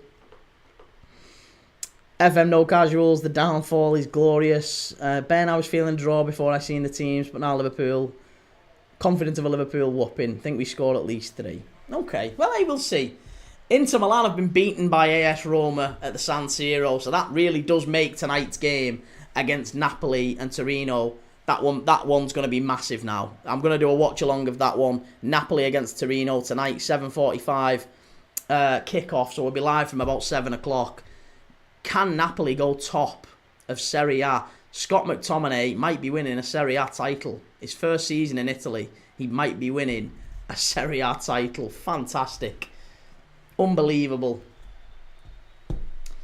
Right, so it's full time. Bournemouth 1, Manchester United 1. A late goal from Rasmus Højlund. And we said that, didn't we? I said at the start of the game, what's your prediction? And I said it 1-1 or 2-2, Rasmus Højlund to score. So there you go. I got one thing right today. But there you go. 1-1. Manchester United failed to win yet again, going into a big game this week. And we'll be live on Thursday for that. We'll be live for Manchester United against Bilbao in Bilbao at the San Mamés. Come on, Bilbao. Yeah, and we'll see now. We'll see how it goes. We've got Liverpool against Spurs now. So we're going to restart the live. If you do want to watch that with us, we're going to be live in about 10 minutes. I'll be restarting the live. Liverpool v Spurs. Can Liverpool get the point that they need to secure the Premier League title? We will, of course, keep you updated absolutely on the FA Cup semi-final. Forest against Manchester City, which is going on at the same time as the Liverpool game. Stupid decision to clash those. But yeah, we're going to watch Liverpool and Spurs, and we're going to keep you updated on the Forest and City game. As always, thank you so much for everyone who commented. Thank you for everyone who shared the live, liked the live. 2,000 likes, over 400 people in here earlier today, so loads going on. And yeah, thank you so much. Give us a follow if you haven't already. We watch live streams every single day, live football every single day from all over Europe, the Championship, the Premier League, the Champions League. And if that's your thing, go and give us a follow. Premier League Dad on YouTube, TikTok, Instagram, X, all that good stuff. Yes, it has finished now. Sorry, it has finished. It's 1-1. I'm going to end the stream and I'll be live in about 10 minutes for Liverpool against Spurs. Take it easy.